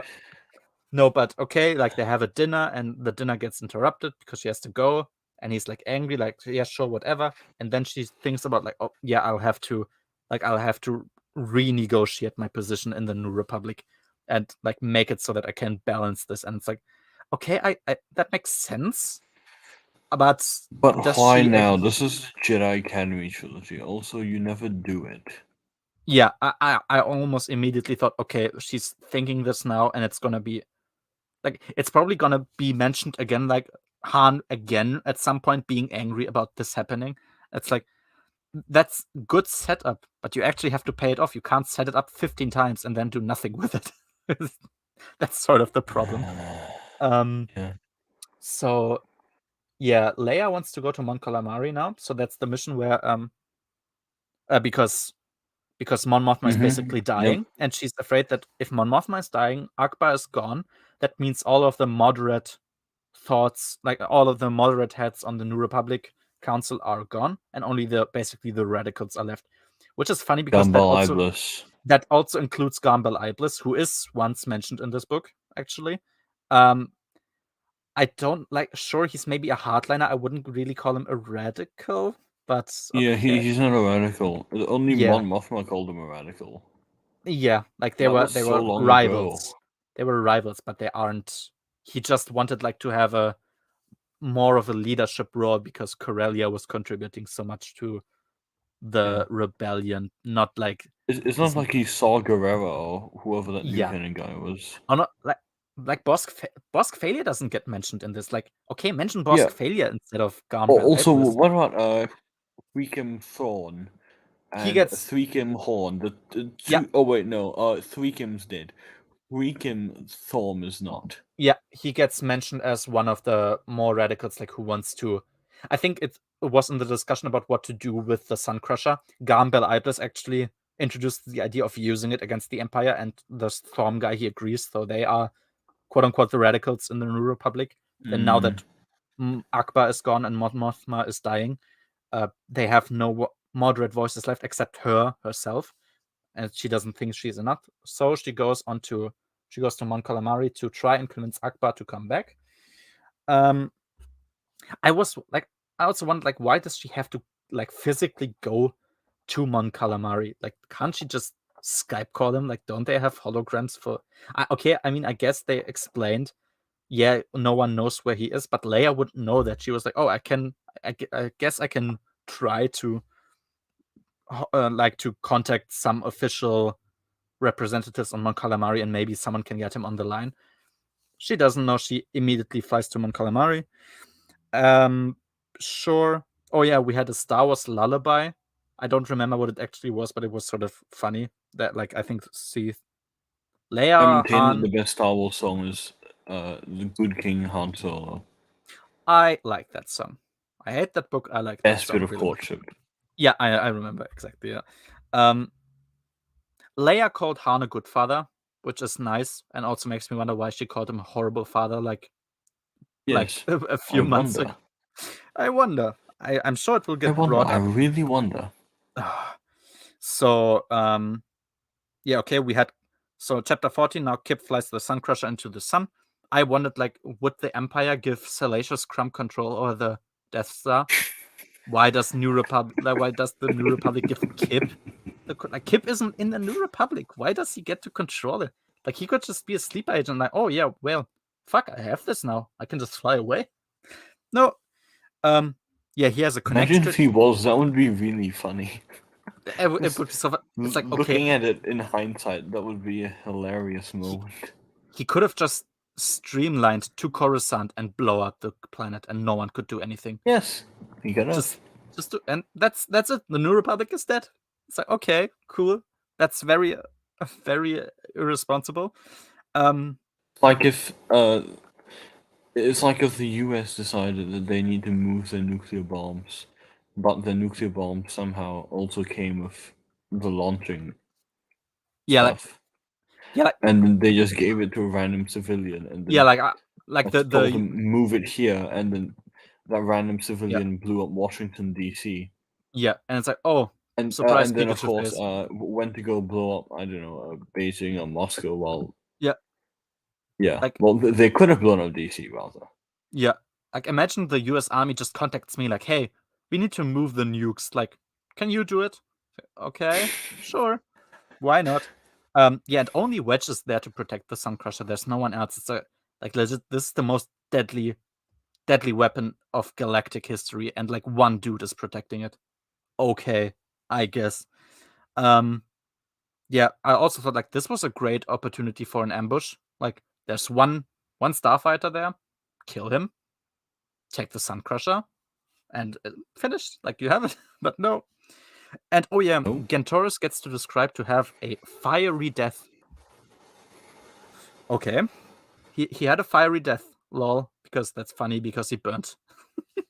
What the fuck? Because he lives on a lava planet. Nice. Whoa. It's like poetry. It rhymes. So, exactly what I was about to say. Chapter 15, nothing to say. We get like Leia goes to Mon Calamari. Silgal gets introduced. I like Silgal. I mean, she's not doing a lot in this book, but I think she's fine. I like Mon Calamari as a There's a planet. bit more in the next one. There's a payoff. Let's hope the payoff is I satisfying. won't spoil what it is, but there's a bit of a payoff. Yeah. Okay. It's a bit rushed though, which is a bit stupid. But well, it's a Jedi Academy trilogy, and there's so many pacing issues. So Yeah. that's such a minor one in comparison. Yeah, I am also willing to okay, at least as long as it's somewhat. At least there's something. Yeah, as long as it's something. But sure.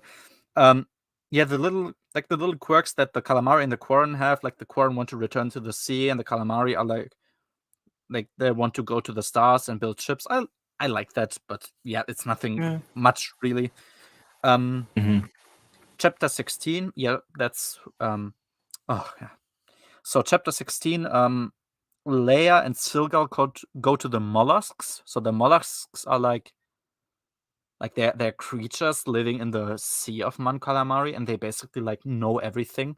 The fish act as spies for the mollusks, and they report everything happening on this planet to them. So they're like an archive for everyone. It's like what Nice what idea. Yeah, because a bit weird.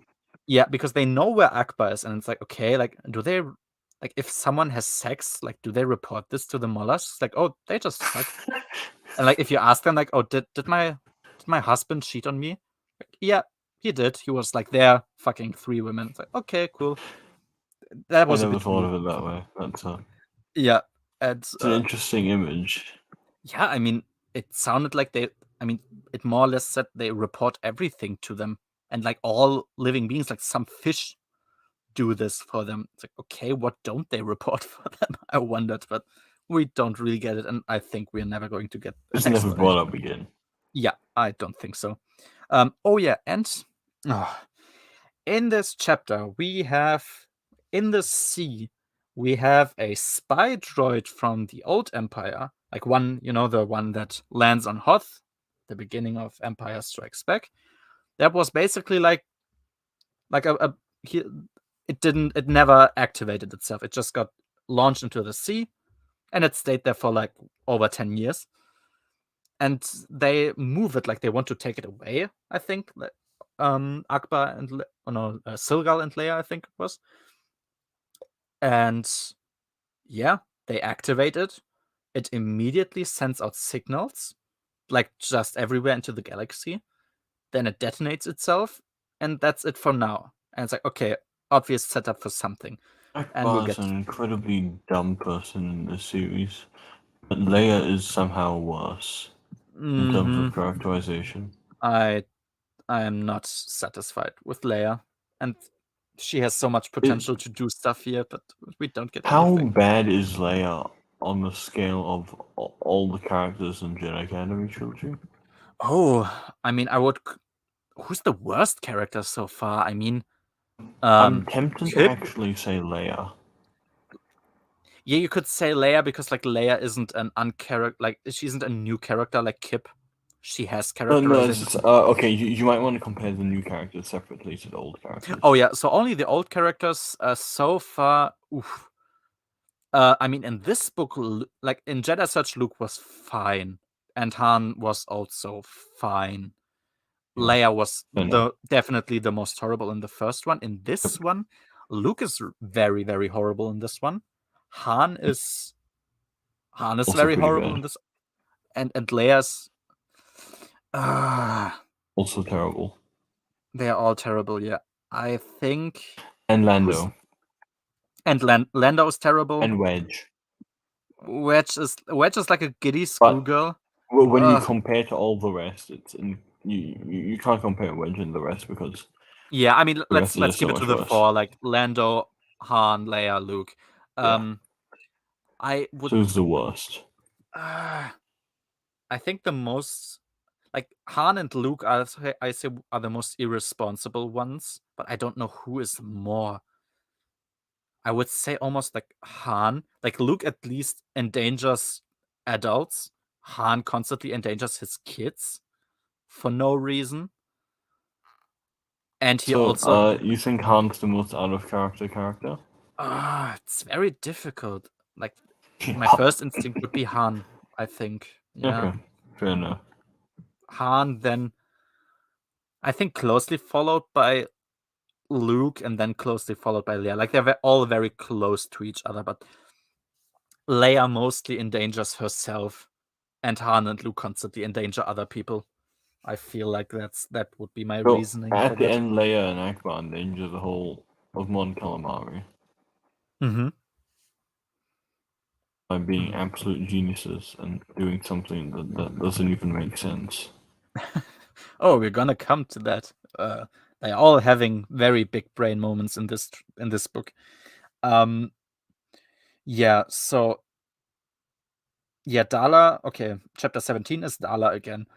Dala has a hollow picture of Tarkin, and she contemplates about how it never changed, which I thought, like, of course it doesn't. It's a hologram picture. Why would it change? There's no reason for it. But sure, I guess. Dala gets immediately. She gets the data from the spy droid on Mon Calamari. I don't know. It's never specified in this book, but I don't know what exactly she gets from this. Like, she just says, "Oh, okay, she got some data, and now they're gonna attack Mon Calamari." But it's What known that data? like everyone knows that Mon Calamari is a major rebel planet, and that it has the shipyards, like very And a important ton of shipyards. defenses. Yeah, Four like- which 4 Star Destroyers wouldn't be able to breach, even if she had a full fleet, which she doesn't. yeah. The only thing we have, like they mentioned this, is that Mon Calamari's defenses are still pretty devastated from Dark Empire. But Oh yeah, that's true. yeah, okay. Still, And these data, whatever the data is, they don't say. They just say, okay, yeah, we're going to Mon Calamari now. I don't know what new information they got, but that's their decision now, I guess. I was baffled by this. I had no idea what I was supposed to make of this, but it's immediately like moved away from any way. Like, okay, they just attack now. They have 3 Star Destroyers. Like, still, I know that Star Destroyers can destroy planets, but 3 isn't really that much. Like, it's only 3. If they are gone, you're gone. Like, you have nothing left, and you have no resources. Like, you don't have shipyards yourself that build new stuff. You only have what you have now, and you don't want to. Dala doesn't want to like pair off with anyone, like with Karida. She wants to stay solo. So she needs to be a bit more frugal with her resources, but she just keeps attacking anyone. And yeah, I mean, they do it. They go there. And I wonder, like, okay, if it's so easy to attack Mon Calamari, why didn't the Empire do this constantly? Like, all the time? Because it seems to be a really easy target, apparently. It only seemed to have, like, a few fighter pilots. you'd think that after the Empire got destroyed, they'd have really changed their game.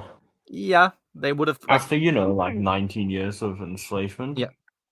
Yeah, but still, like, some of they seem very, like, for a planet that gets such praise for, especially for its shipyards. And sure, I mean, the Dark Empire attack was very close to it. I understand that, but it's one of the most important New Republic planets. It seems very, very horribly defended for such an important planet, and I don't know why. Yeah, but all right. Immediately after deciding that she goes there, they are immediately on Mon Calamari. Like, it doesn't get explained how much time passes. She's just like immediately there.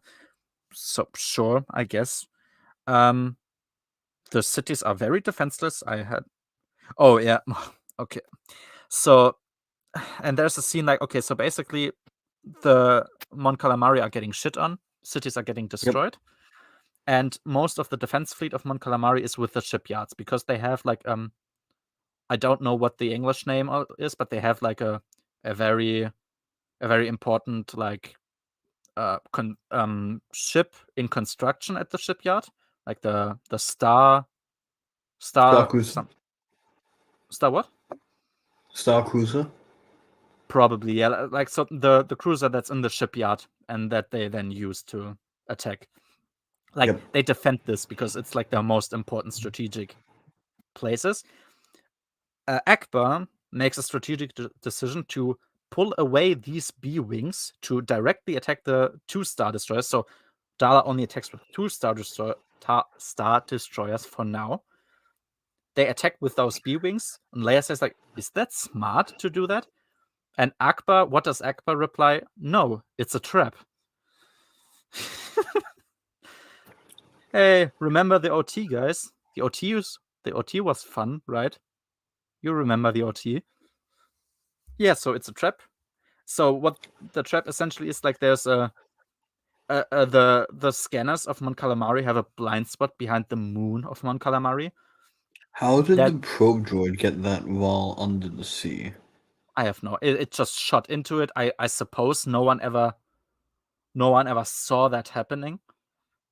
I guess no one realized that this was happening. No one like looked, and they're all like they're water people. They can just swim down, but they didn't apparently, and it just remained there until, luckily enough, it could have been activated in the Jedi Academy. Actually, given how in the water you interact a lot with echolocation and stuff, like dolphins, and also whales and sonar and whatever.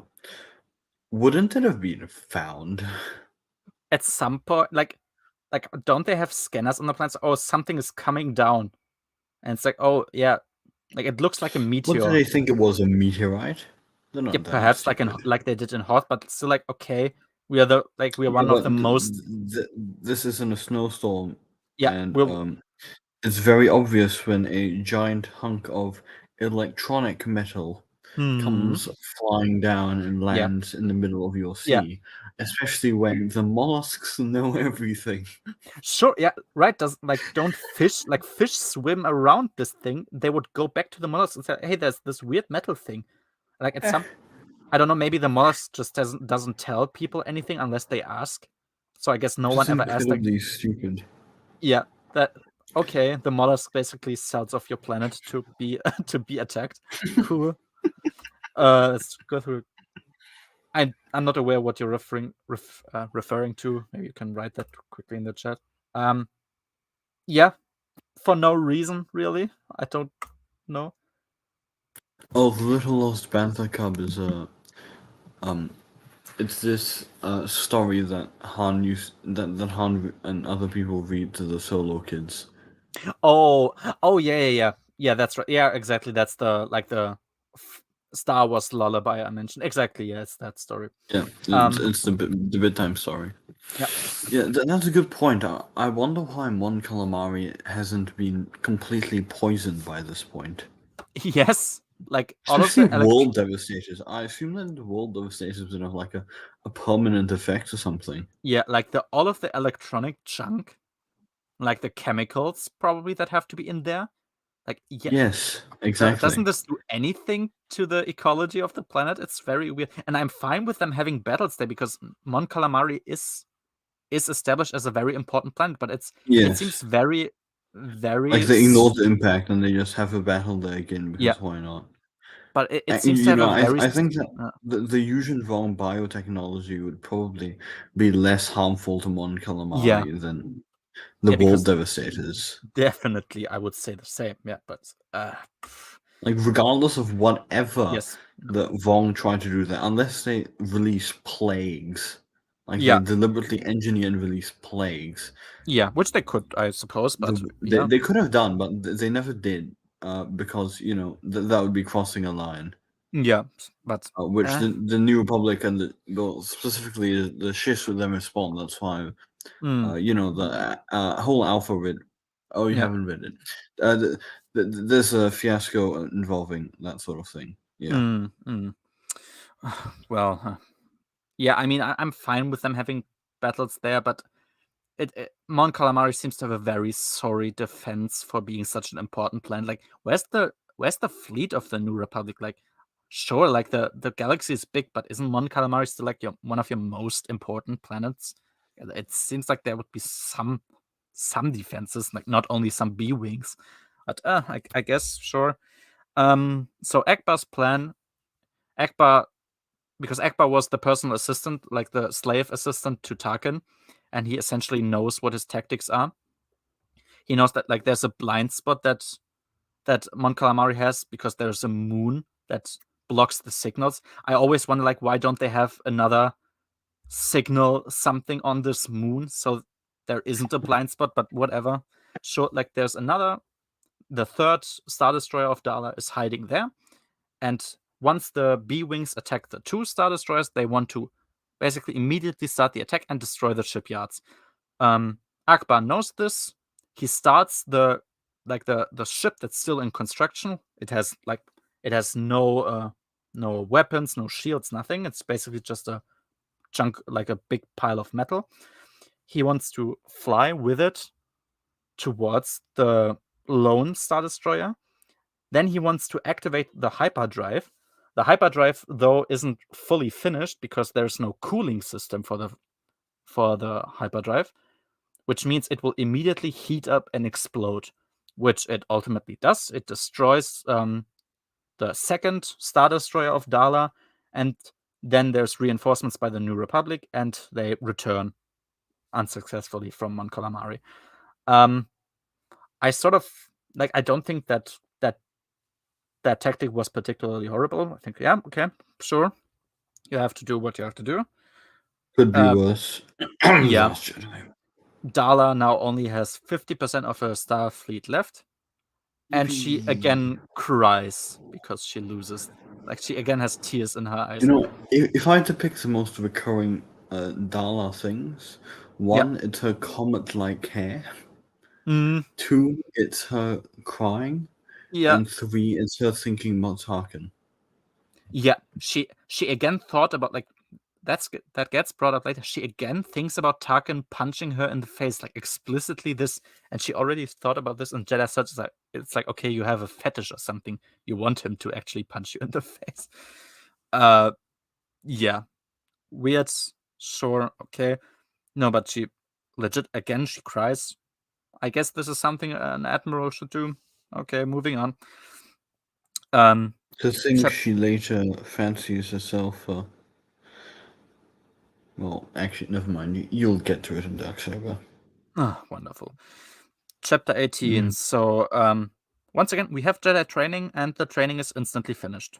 Because the one thing that we actually want from this book doesn't get further expanded upon. It just stays there, like, very, very shortly, very briefly, and immediately moves on to the next thing.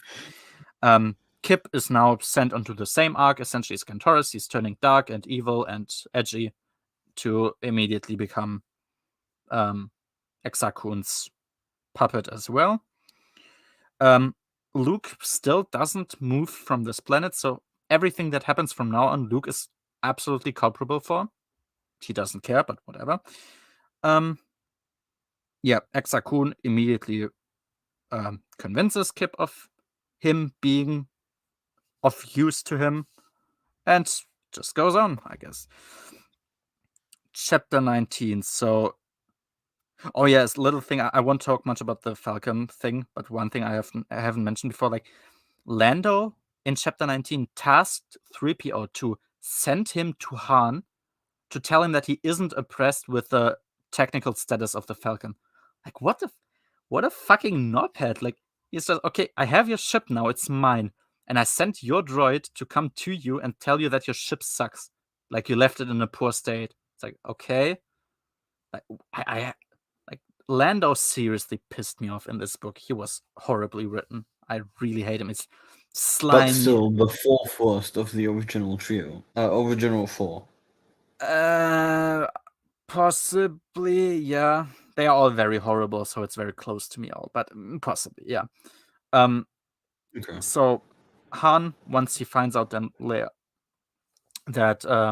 Leia is on Mon Calamari, she immediately starts going there as well. He immediately starts going there as well. He lets everything drop. He drops everything and immediately, like, Chewie, now we're gonna go. Yeah. It's nice. It's very safe characterization for Han. I guess that's good. It's better than nothing. But yeah. Oh, Demagos says he missed it. Wait. I'll just tell him that we're still on. How far are we through the book? It's chapter 19, but I will try to speed it up a bit more. I have to go soon. It's almost 2 a.m. Yeah, if you want to, you can drop out, but I'm gonna finish this fucking bullshit. Yeah, Kui is on Vortex with Wedge. She picks up like one of the glass shards from the cathedral. She plays it like a flute, and then all of the Vors, all of the Vors like they surround her, like they're listening to her. Then one of the leader of the Vors comes up to her, takes the thing, destroys it, and like no more music until we're finished. It's like, okay, Yeah, that's a weird tangent. Like that doesn't connect to anything. It's like, okay. It connects to the end of Champions of the Force, and it does. Funnily enough, in Darksaber, it doesn't really get continued very well, which is pretty funny. Actually, I don't think it gets continued. Period. It's so weird. Like it's so out of context. Like just in the Kevin middle. just forgot about it. Yeah, I also think. Okay, another Sabak game. We had that. Chapter 20. I still, like I said, I like how Yavin 4 is built as a world. I think that's something he consistently does well enough. I like Dorsk 81. I think his culture is interesting. We don't get a lot from him in this book, which is unfortunate, but I think he's interesting. Darksaber's more. Don't worry. That's good. That's good. Yep. Kip has this weird thing with Exakun. I just want to like mention that because it keeps going back and forth. Like he seems aware that Exakun is manipulating him and telling him bullshit, but he also accepts more or less everything he says and does everything he wants. Which almost like, are you smart or are you stupid? Like, if you know that you're being bullshitted, but you still do everything that you're told, you are not smarter. Like you're still dumb because you're still doing everything that's asked from you. But yeah, not really influential anymore to the plot. Yeah, so Luke still doesn't move from this planet. I don't know why, but chapter 21. Chapter 21 is the Space Zoo chapter. Oh god. Okay. First off, it's still one of the less horrible parts of this book because it's just annoying. It's not blatantly insulting to read. It's just fucking annoying and boring as hell. Like, it bored me to tears. But yeah, so Chewie, 3PO, and the twins go to a space zoo. Jaina and Jason are very bored, and they just start running. Like, they run away. Now, keep in mind, they are 2.5 years old, and they have Chewbacca with them. Like, as soon as Chewie notices them running away, which he should immediately, he just, like, he takes one step and grabs them. Like, he doesn't even have to run. This is a Kenobi show level thing. I said that, yeah. This is, if you remember, if anyone watched the D+ Kenobi show, I didn't, but I watched the scene. Like, Leia also ran away from fully sized adults, and they purposefully, like, they are walking very slowly. Wasn't the only time there were multiple ones. Oh yeah, we also had her running away from Kenobi himself. That also comes up. But yeah, like, and they very obviously walk very slowly because of course they will reach her if they walk like normal people, and it's the same with Chewie. Like he should immediately notice them going away. He doesn't even run. He walks one step because he's like fucking 2 meters something. He grabs them and like, okay, moving on. No. They escape through an elevator, and they are now in the underground of Coruscant, fully unguarded. Sure. Like they essentially, I will get this out of the way because it's boring as hell.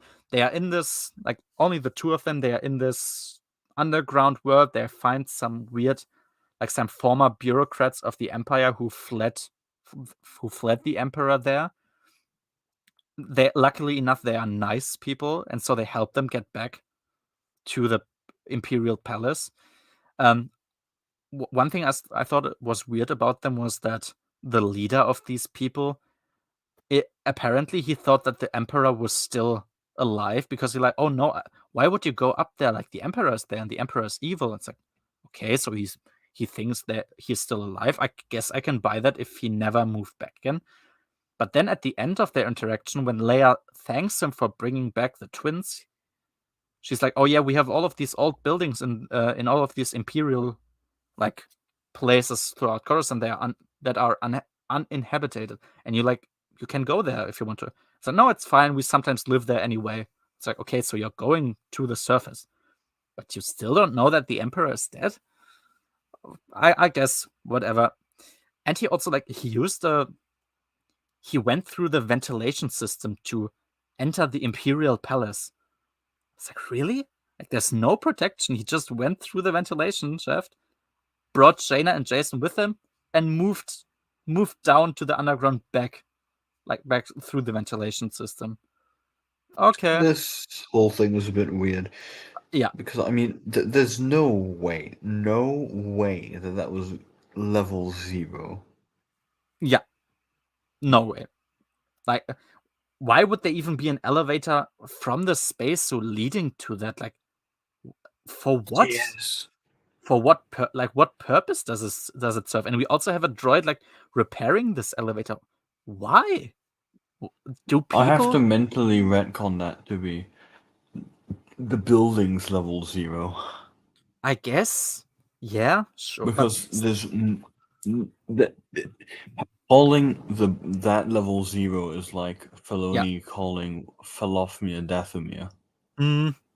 Yeah, but yeah, like what? Like, do you expect anyone to go down there where there's nothing? Like, no visitors are coming from this level.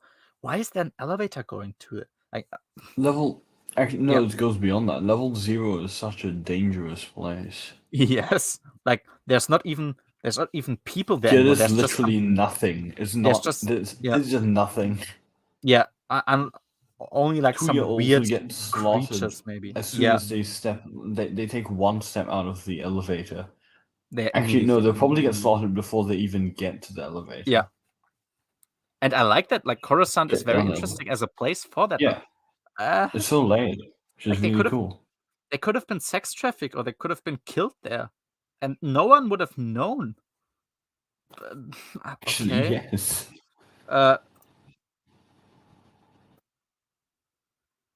I don't agree. This book, even ignoring the prequels, this book does not make a whole lot of sense of the way Coruscant is supposed to work, and like why there even should be a connection to like a dirt-ridden place without basically any people that is connected to the space zoo of Coruscant. There's no reason for that, and you don't need the prequels to think that is weird. Yeah. Oh yeah. 3PO calls Chewie a walking carpet because remember the prequels. I remember the originals. Oh yeah. You're thinking of remember the OT. Legacy of the Force. Oh, wonderful. That's what I like. Member berries. Cool. Chapter 22. So it's Dala's post Mon Calamari assessment of the battle. She's like, yeah, like it's all fine. Like we did damage, and damage was our only target. Like we wanted to do damage, we did damage, and that's why our mission more or less was a success. Okay. No, it wasn't, but cool. Yeah, and a little thing. We see a bit like the wreckage on Mon Calamari gets described a bit in this book, and there's also this little, it's like a sentence where I think it's Leia or Han who think that the Quarren now will try to get the exclusive right to go through the debris of the battle and will sell the personal belongings of the Mon Calamari back to them. It's like, what? This is something they would do? I don't even remember this. Yeah, it's like a little sentence. I don't think it's supposed to be taken into any scrutiny, like under any scrutiny. But I'm reading it like, what? This is I get it. They are rivals. They have animosity. But this is something they would do. They would just like sell you your own stuff because they got the exclusive right to search for it. On earth would they have the exclusive rights? I have no idea. How would they get the exclusive rights? I Why guess is it even exclusive? I guess because they are the people who want to be in the sea, so they are like, I have no idea how they even want to do that, but yeah, apparently that's a thing. I'm so confused. Apparently that's a thing that they would want to do. Yeah, I guess. Yeah, okay, sure. Yeah, but that's that. Chapter 23. Yeah, so Kip's philosophy essentially is the Jedi couldn't defeat the Sith because they were too weak. And to become strong enough to defeat the Sith, you have to become a Sith yourself. Which would still mean you lost because at the end, no Jedi would be remaining and you would only have Sith fighting each other. I don't get how he rationalizes that inside his head other than he's literally delusional and he's just insane.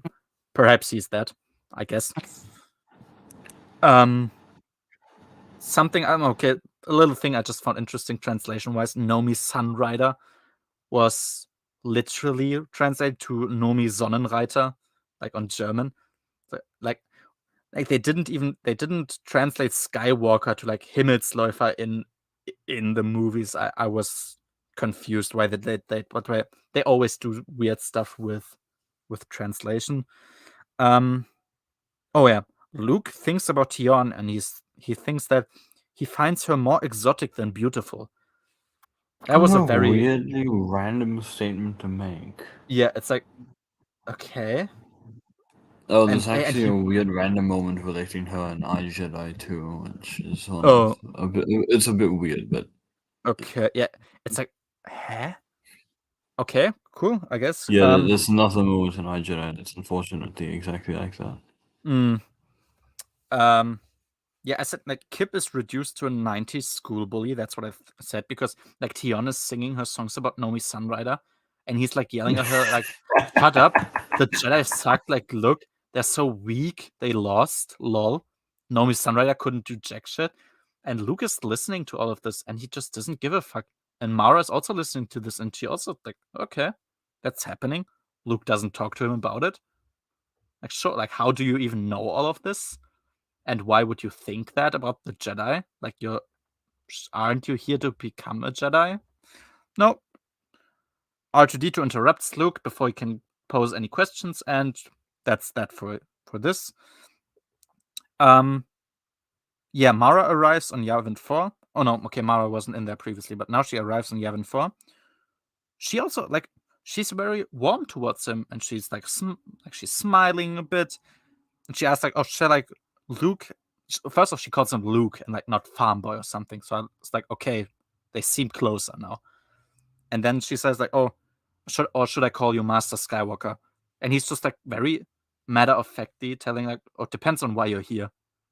It's like, okay, why is Mara Jade being more open and welcome than you are? That's not really how it's supposed to be. Oh, Luke describes Gantora's death in Gantoris wasn't ready for the powers he unleashed. Okay. Are those powers concerning? Like, should we be afraid of them? No clue. He just goes away. Okay, Kip wants to get the Sun Crusher. We went through that. Yeah, oh yeah, Kip apparently can use Force Lightning. That's a thing. The black lightning or something. Oh, is it black? I don't remember if it was described as black. But I don't think it was blue anyway. Oh, okay. Yeah, but it was like purple or black or something really weird. Mm-hmm. Yep. And Kip takes Mara's headhunter and fucks off. That's it. Chapter 24. That's a very short chapter about Fergan wanting to attack Unorth because he knows now that Anakin Solo is there. Nothing happening more. And that's the last chapter we have with Fergan, so we'll wait for the next book. Chapter 25. Oh yeah, Wedge is like giggling like a schoolgirl in every interaction he has with Qui, and it's very disturbing because this is not Wedge. And I just imagine like having Wes or Hobby on this planet, they would like make fun of him. Like, what are you? Like, are you a man or what are you? Because he's like he's actually giggling. He's blushing. He's like unsure of himself. It's like, really? Like he doesn't have to be a flirtatious guy. He can be like normal, just confident. No, I guess not. They go to Ethor, and I never understood why. Like, are they hiding there, or do they have a mission? They just go to Ethor. They don't mention why. Oh, and only the two of them. It seems more like a honeymoon journey for them than an actual mission. It's just there. Oh yes, they have a series of honeymoons. Like it has, like nothing happens. Like they're kissing at the end, and that's it. Nothing of value happened. India supremacy. Yeah, agreed. Also, yeah, I can't believe Noah hates the Rogue Squadron books. I think sometimes he's just memeing a bit. Like also that everything is better. Wonder. I mean, he also says like Bounty Hunter by the Wars way, is better than Thrawn Trilogy. Okay, no, that one's memeing.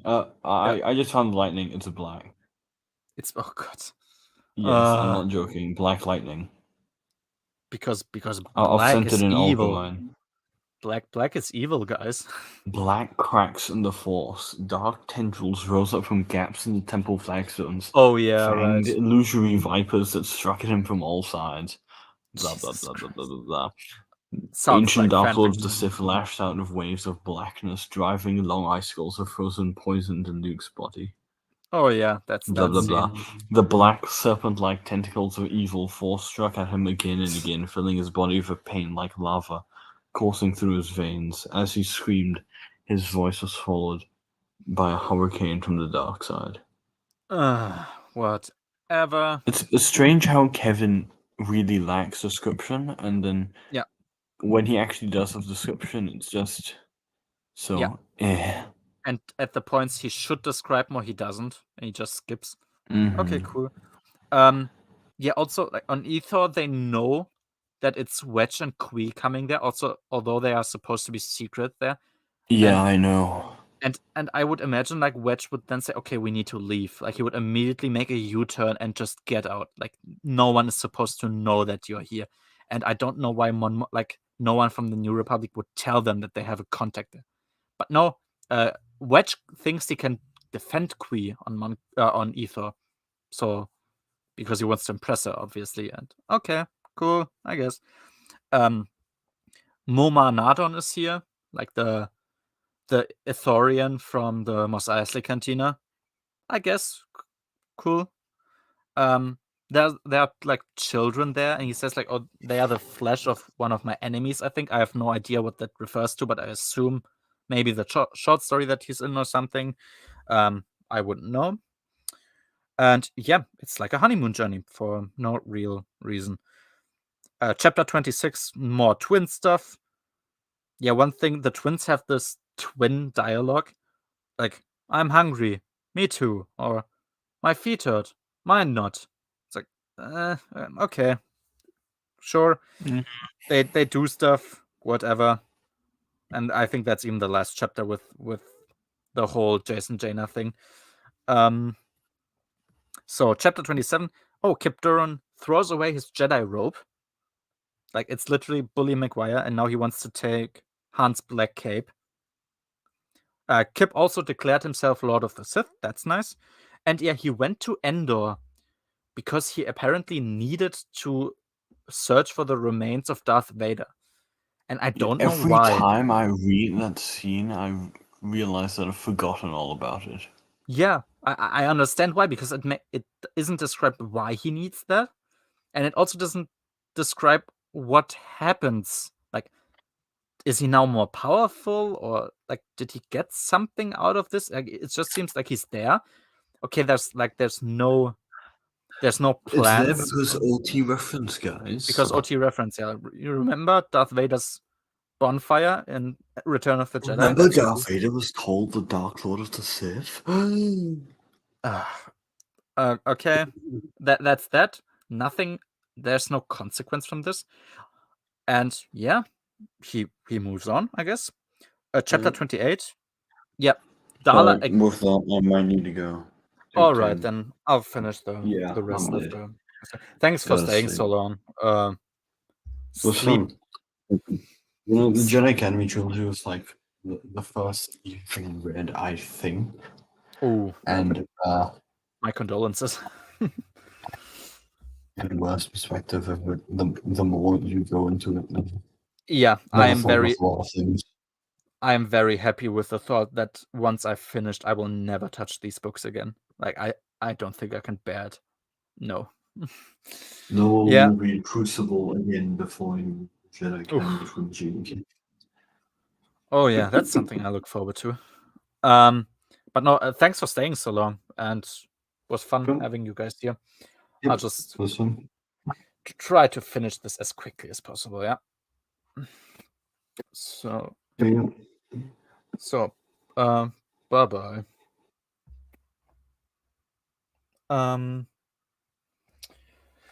So now, Dala once again imagines that Tarkin would hit her in the face for the mistakes she's made. It's so like she's explicitly thought about that in Jedi Surge already, and now she does again here, and it's like a pattern. I'm like, okay, now you've established a pattern of you thinking about Tarkin hitting you in the face. I was a bit weirded out by that.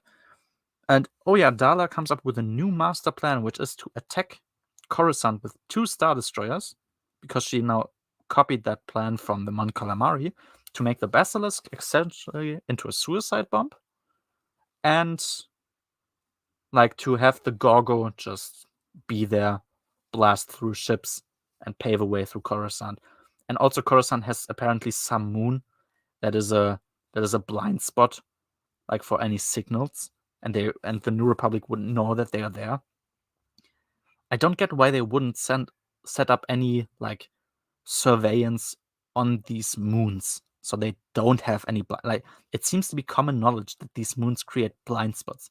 On Mon Calamari, same as on Coruscant. Why isn't there any communication and surveillance on the side of the moons that are blind spots? No reason.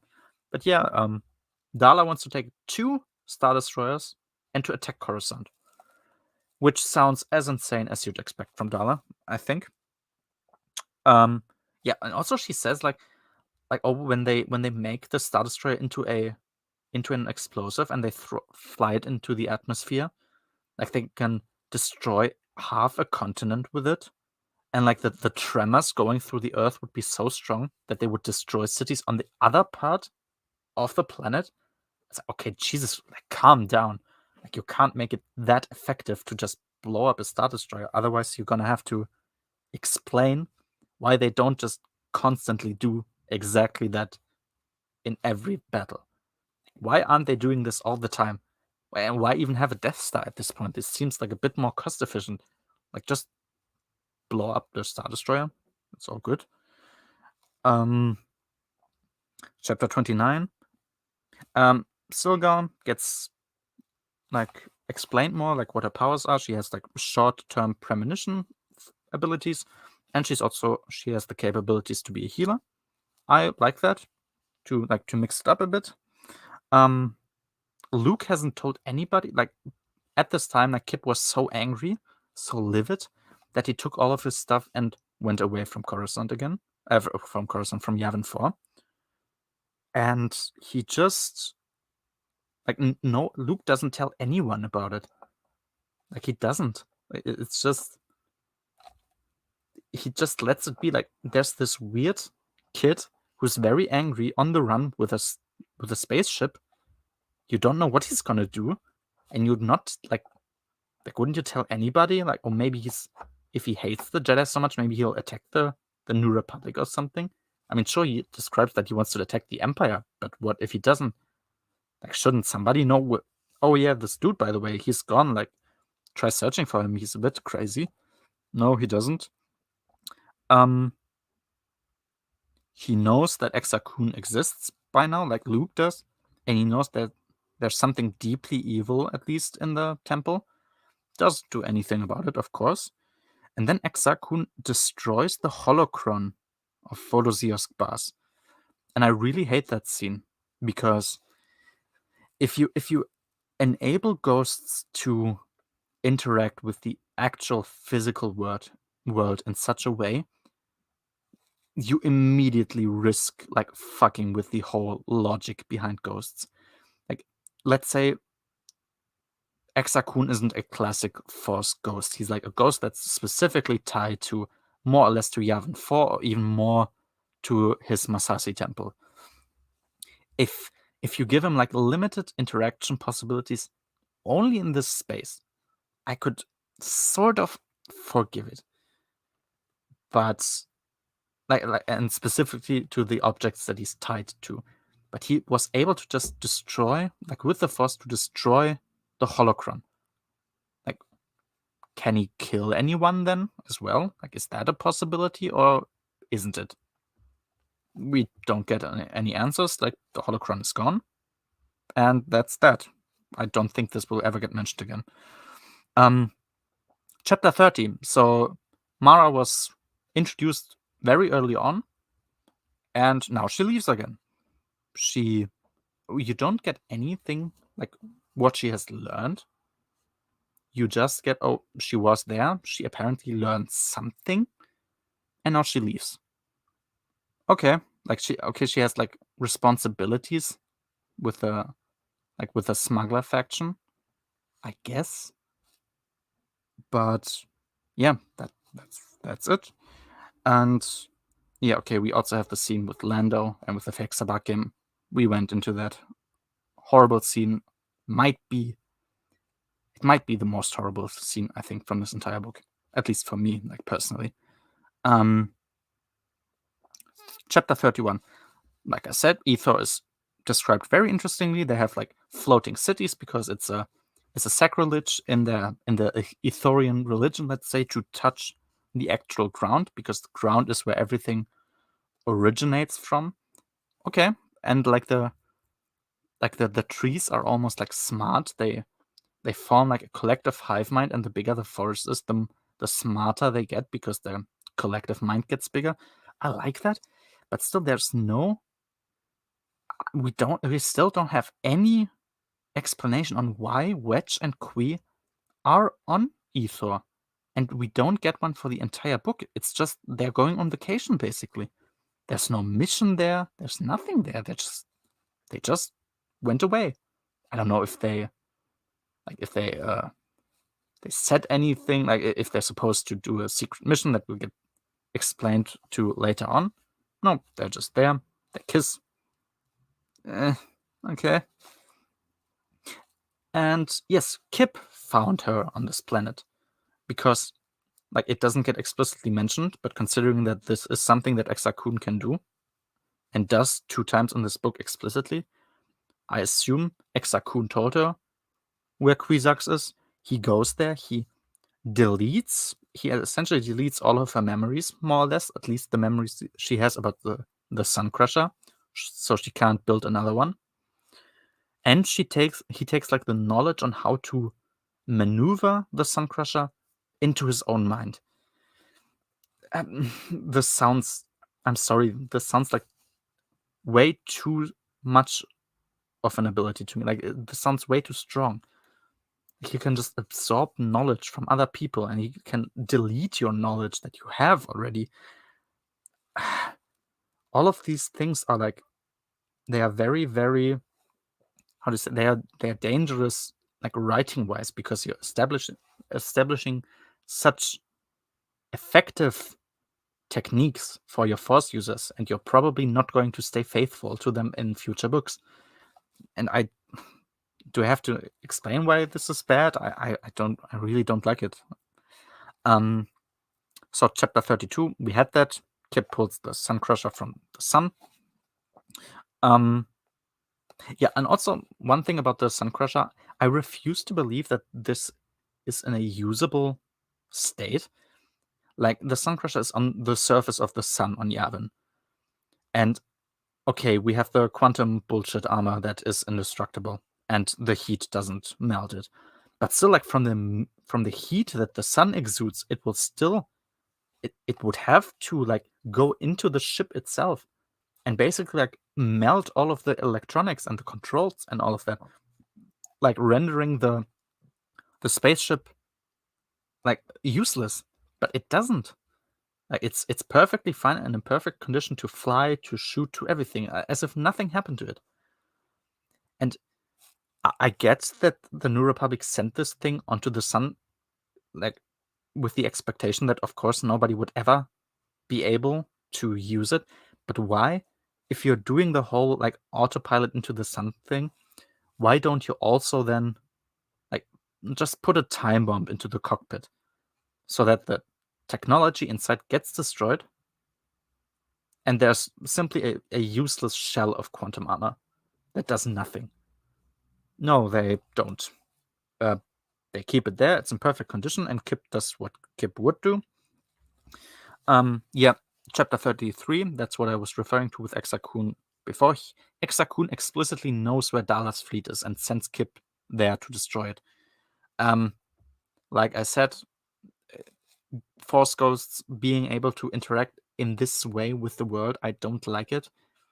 I think Force Ghosts should be like these type of specific dark side Force Ghosts that are like on the like tied to specific objects, so specific places, should only have a limited amount of influence in this space. And let's say something like Jedi ghosts, like Force ghosts from Jedi, should only be able to occasionally come and to give like very targeted advice, and not to be able to move everywhere. So like, oh, the secret, like there's an secret Imperial base on this planet, this quadrant, like go here and shoot there, and then you're gonna win. No, we should very much tamper it down, like chill with this. But no, Exakun knows where Dala's fleet is. Kip goes there. Kip destroys the sun of the place that Dala is residing in. He forces them into battle to keep her long enough so that the sun explodes.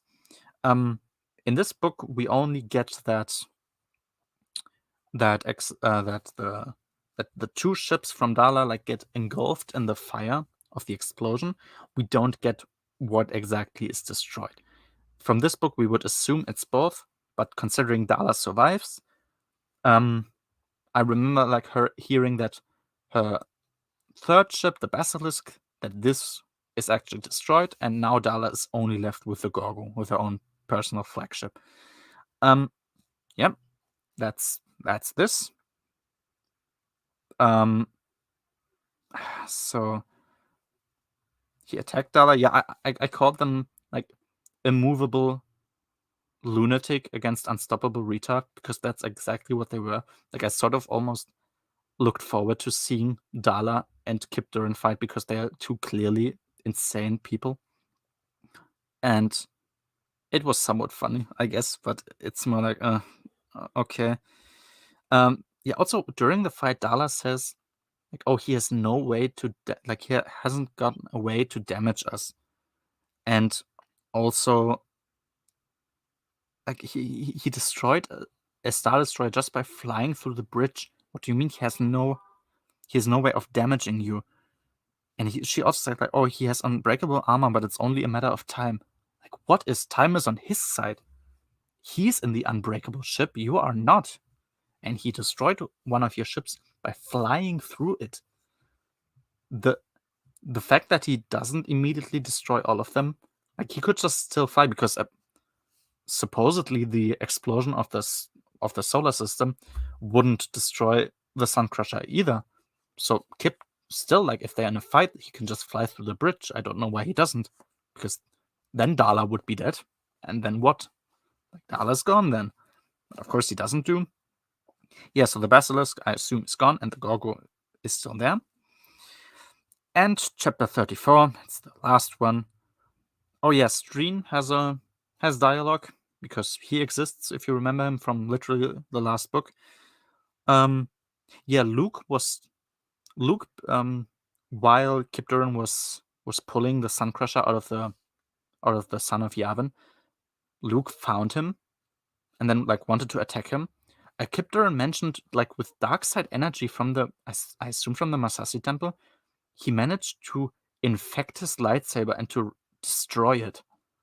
It's like, Jesus Christ, that sounds very useful.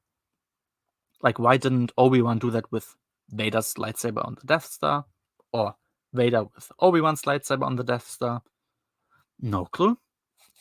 it sounds like a very useful ability, and I don't think it will ever be mentioned again. But here we are. Kyp Durron destroyed Luke's lightsaber. Luke is like very frightened in this, which doesn't seem to be in character. I think even if he's in the clear disadvantage and clearly going to lose, I think he would still maintain like a basic modicum of calmness, of serenity. He doesn't. He's very afraid. He's skittish. Exar Kun appears. He, together with Kyp Durron, attacks Luke once again. I don't like Exar Kun being able to interact with the real world in this sort of way, but he does. Luke gets attacked. He gets overrun, basically. He is defeated. And in chapter 34, like Silgal and the other apprentices find Luke. He's lying there. He's not dead, but his presence in the Force apparently is gone. And Silgal, like at the end, says, "Oh, yeah, he's gone now. We're on our own." And that's the end of the book. Yeah. His soul is gone, I guess, or his force, or his ghost, whatever. Something is gone from him, and he's just like lying there. He's a corpse, basically.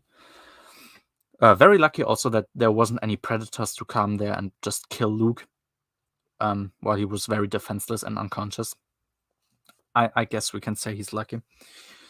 So that was a book that I read. That was like someone, if you've somehow managed to listen through all of this and you've come to this point, like just think about this. Someone had the idea to write this book. He wrote it down exactly in this way. Some editor approved of this. Lucasfilm approved of this and thought this was something that we should release into the world. This seems like a piece of writing that is acceptable. I can only say that I'm infuriated, bored to tears, and also, quite honestly, still baffled by this book. I don't get, like, I think there's a pretty there's a pretty balanced discussion on Jedi Academy trilogy. I think back in the day, it seemed that a lot more people seemed a lot more positive towards it. I've heard that apparently people compare it to the original trilogy, and reading this book, I assume it's because there are pretty lazy member berries from the original trilogy that get imported into this book. I have no idea how people think like this is the same level. But yeah, I think a lot of people started to criticize these books like as time moved on, and are now pretty like I think most people like now tend to believe that okay, these books aren't really that good in any way, in any substantial way. They mischaracterize basically all of the legacy characters. So Luke, highly irresponsible. Like every death that happens on Yavin 4 is his responsibility because he just refuses to go, even though immediately when they arrived, he knew that there was a dark force, a domineering dark force on Yavin, especially from the Masasi Temple. Han is just a dickhead. Like he has a short temper, and I get Han is not like he doesn't have the highest amount of like anger resistance. Of course, he gets angry, but there seems to be a short-sightedness to him that isn't characteristic of him. Like when his wife just had a crash on some random planet somewhere, and for all he knows, they might get chased and killed. He seems to be pretty fine, like instead playing sabak with Lando. Han is. We had the discussion previously. I think Han, I would say, is the worst one because like Luke constantly endangers people, but at least he endangers adults who could, in theory, somewhat defend themselves. Han is just a dick because he also endangers like specifically his wife and also his kids. That's even worse. His 2.5-year-old kids. And Leia Leia's also very irresponsible, but I think to less degrees than the others. And Lando is suave. He's flirtatious. He's like, he's a scoundrel also, like Han is. But in this book, he just comes off as a slimy, stinking idiot. He's also somehow constantly angry about the Millennium Falcon.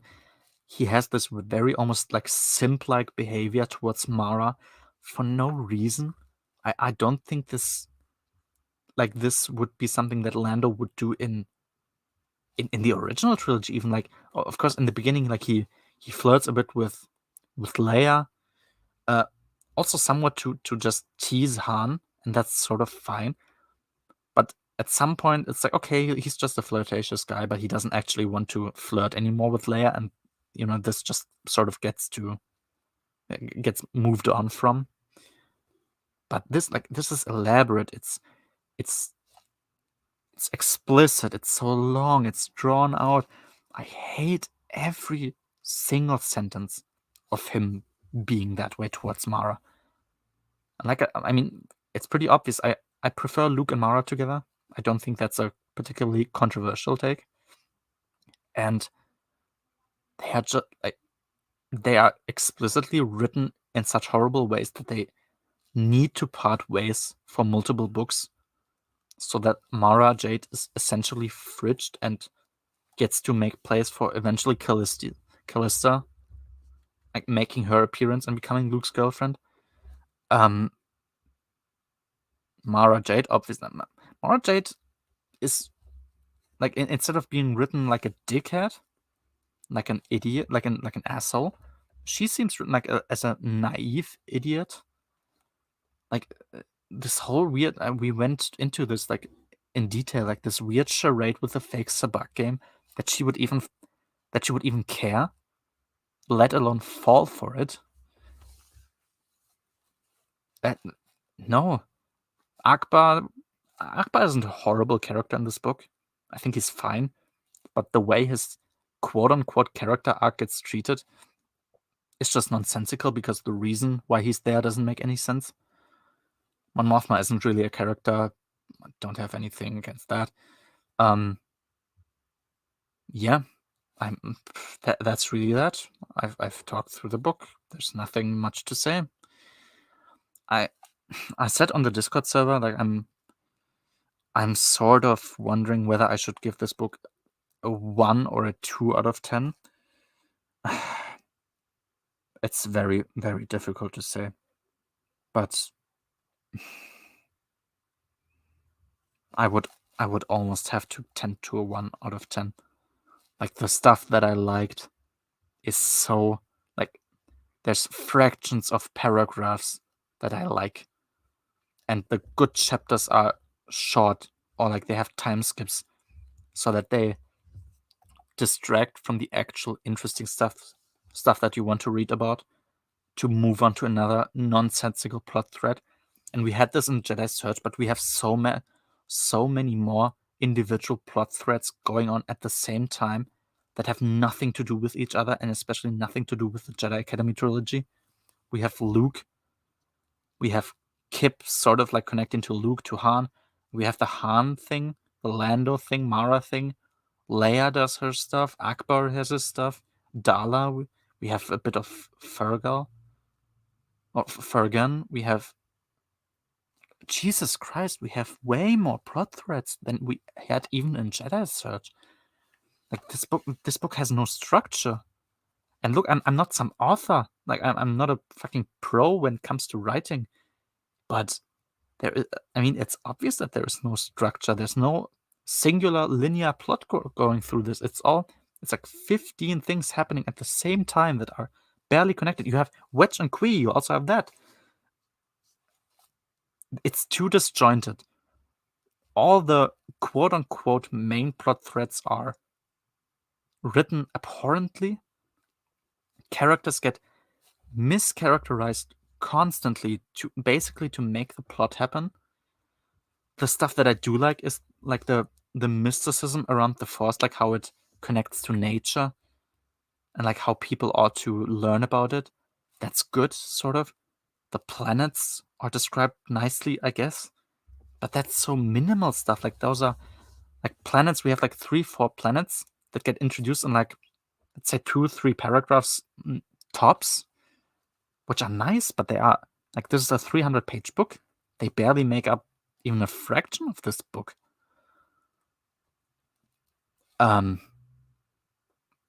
This is so horrible that I think I would, for now at least, remain at a 1 out of 10. I think 1 out of 10. I don't know. I don't know what to give this book. Otherwise, maybe 2, but 2 also almost sounds like a bit too high. I don't know. Like Jedi Search was a 3, and that was very disjointed, but it had like a bit more parts that are like, okay, like this is sort of fine. But like 2 out of 10 would mean like, oh, okay, it's just a bit more worse than Jedi Search, but it isn't. It's much worse. Yeah, I think for now I remain at a 1 out of 10. Like nothing more than I can give this. And yeah, that's it, I guess. For next time, I think for now I will just first probably move to read the Masquerade and Mandatory Retirement comics, like the last 2 X-Wing comic runs. And yeah, I suppose Champions of the Force is the next book that I ought to move towards. Yeah, I need to study for university a bit, so it might be, I might sometimes take longer, but I will try to keep this whole thing going at a quick pace. And for those who are in the Discord server, obviously you get the usual updates on when I've read chapters, so you get to follow me in real time. Yeah, no, so that's it for today. For everyone who's listened so long, thank you. If you managed to reach, or if you do manage to reach this point in the future. And yeah, see you next time. Bye bye.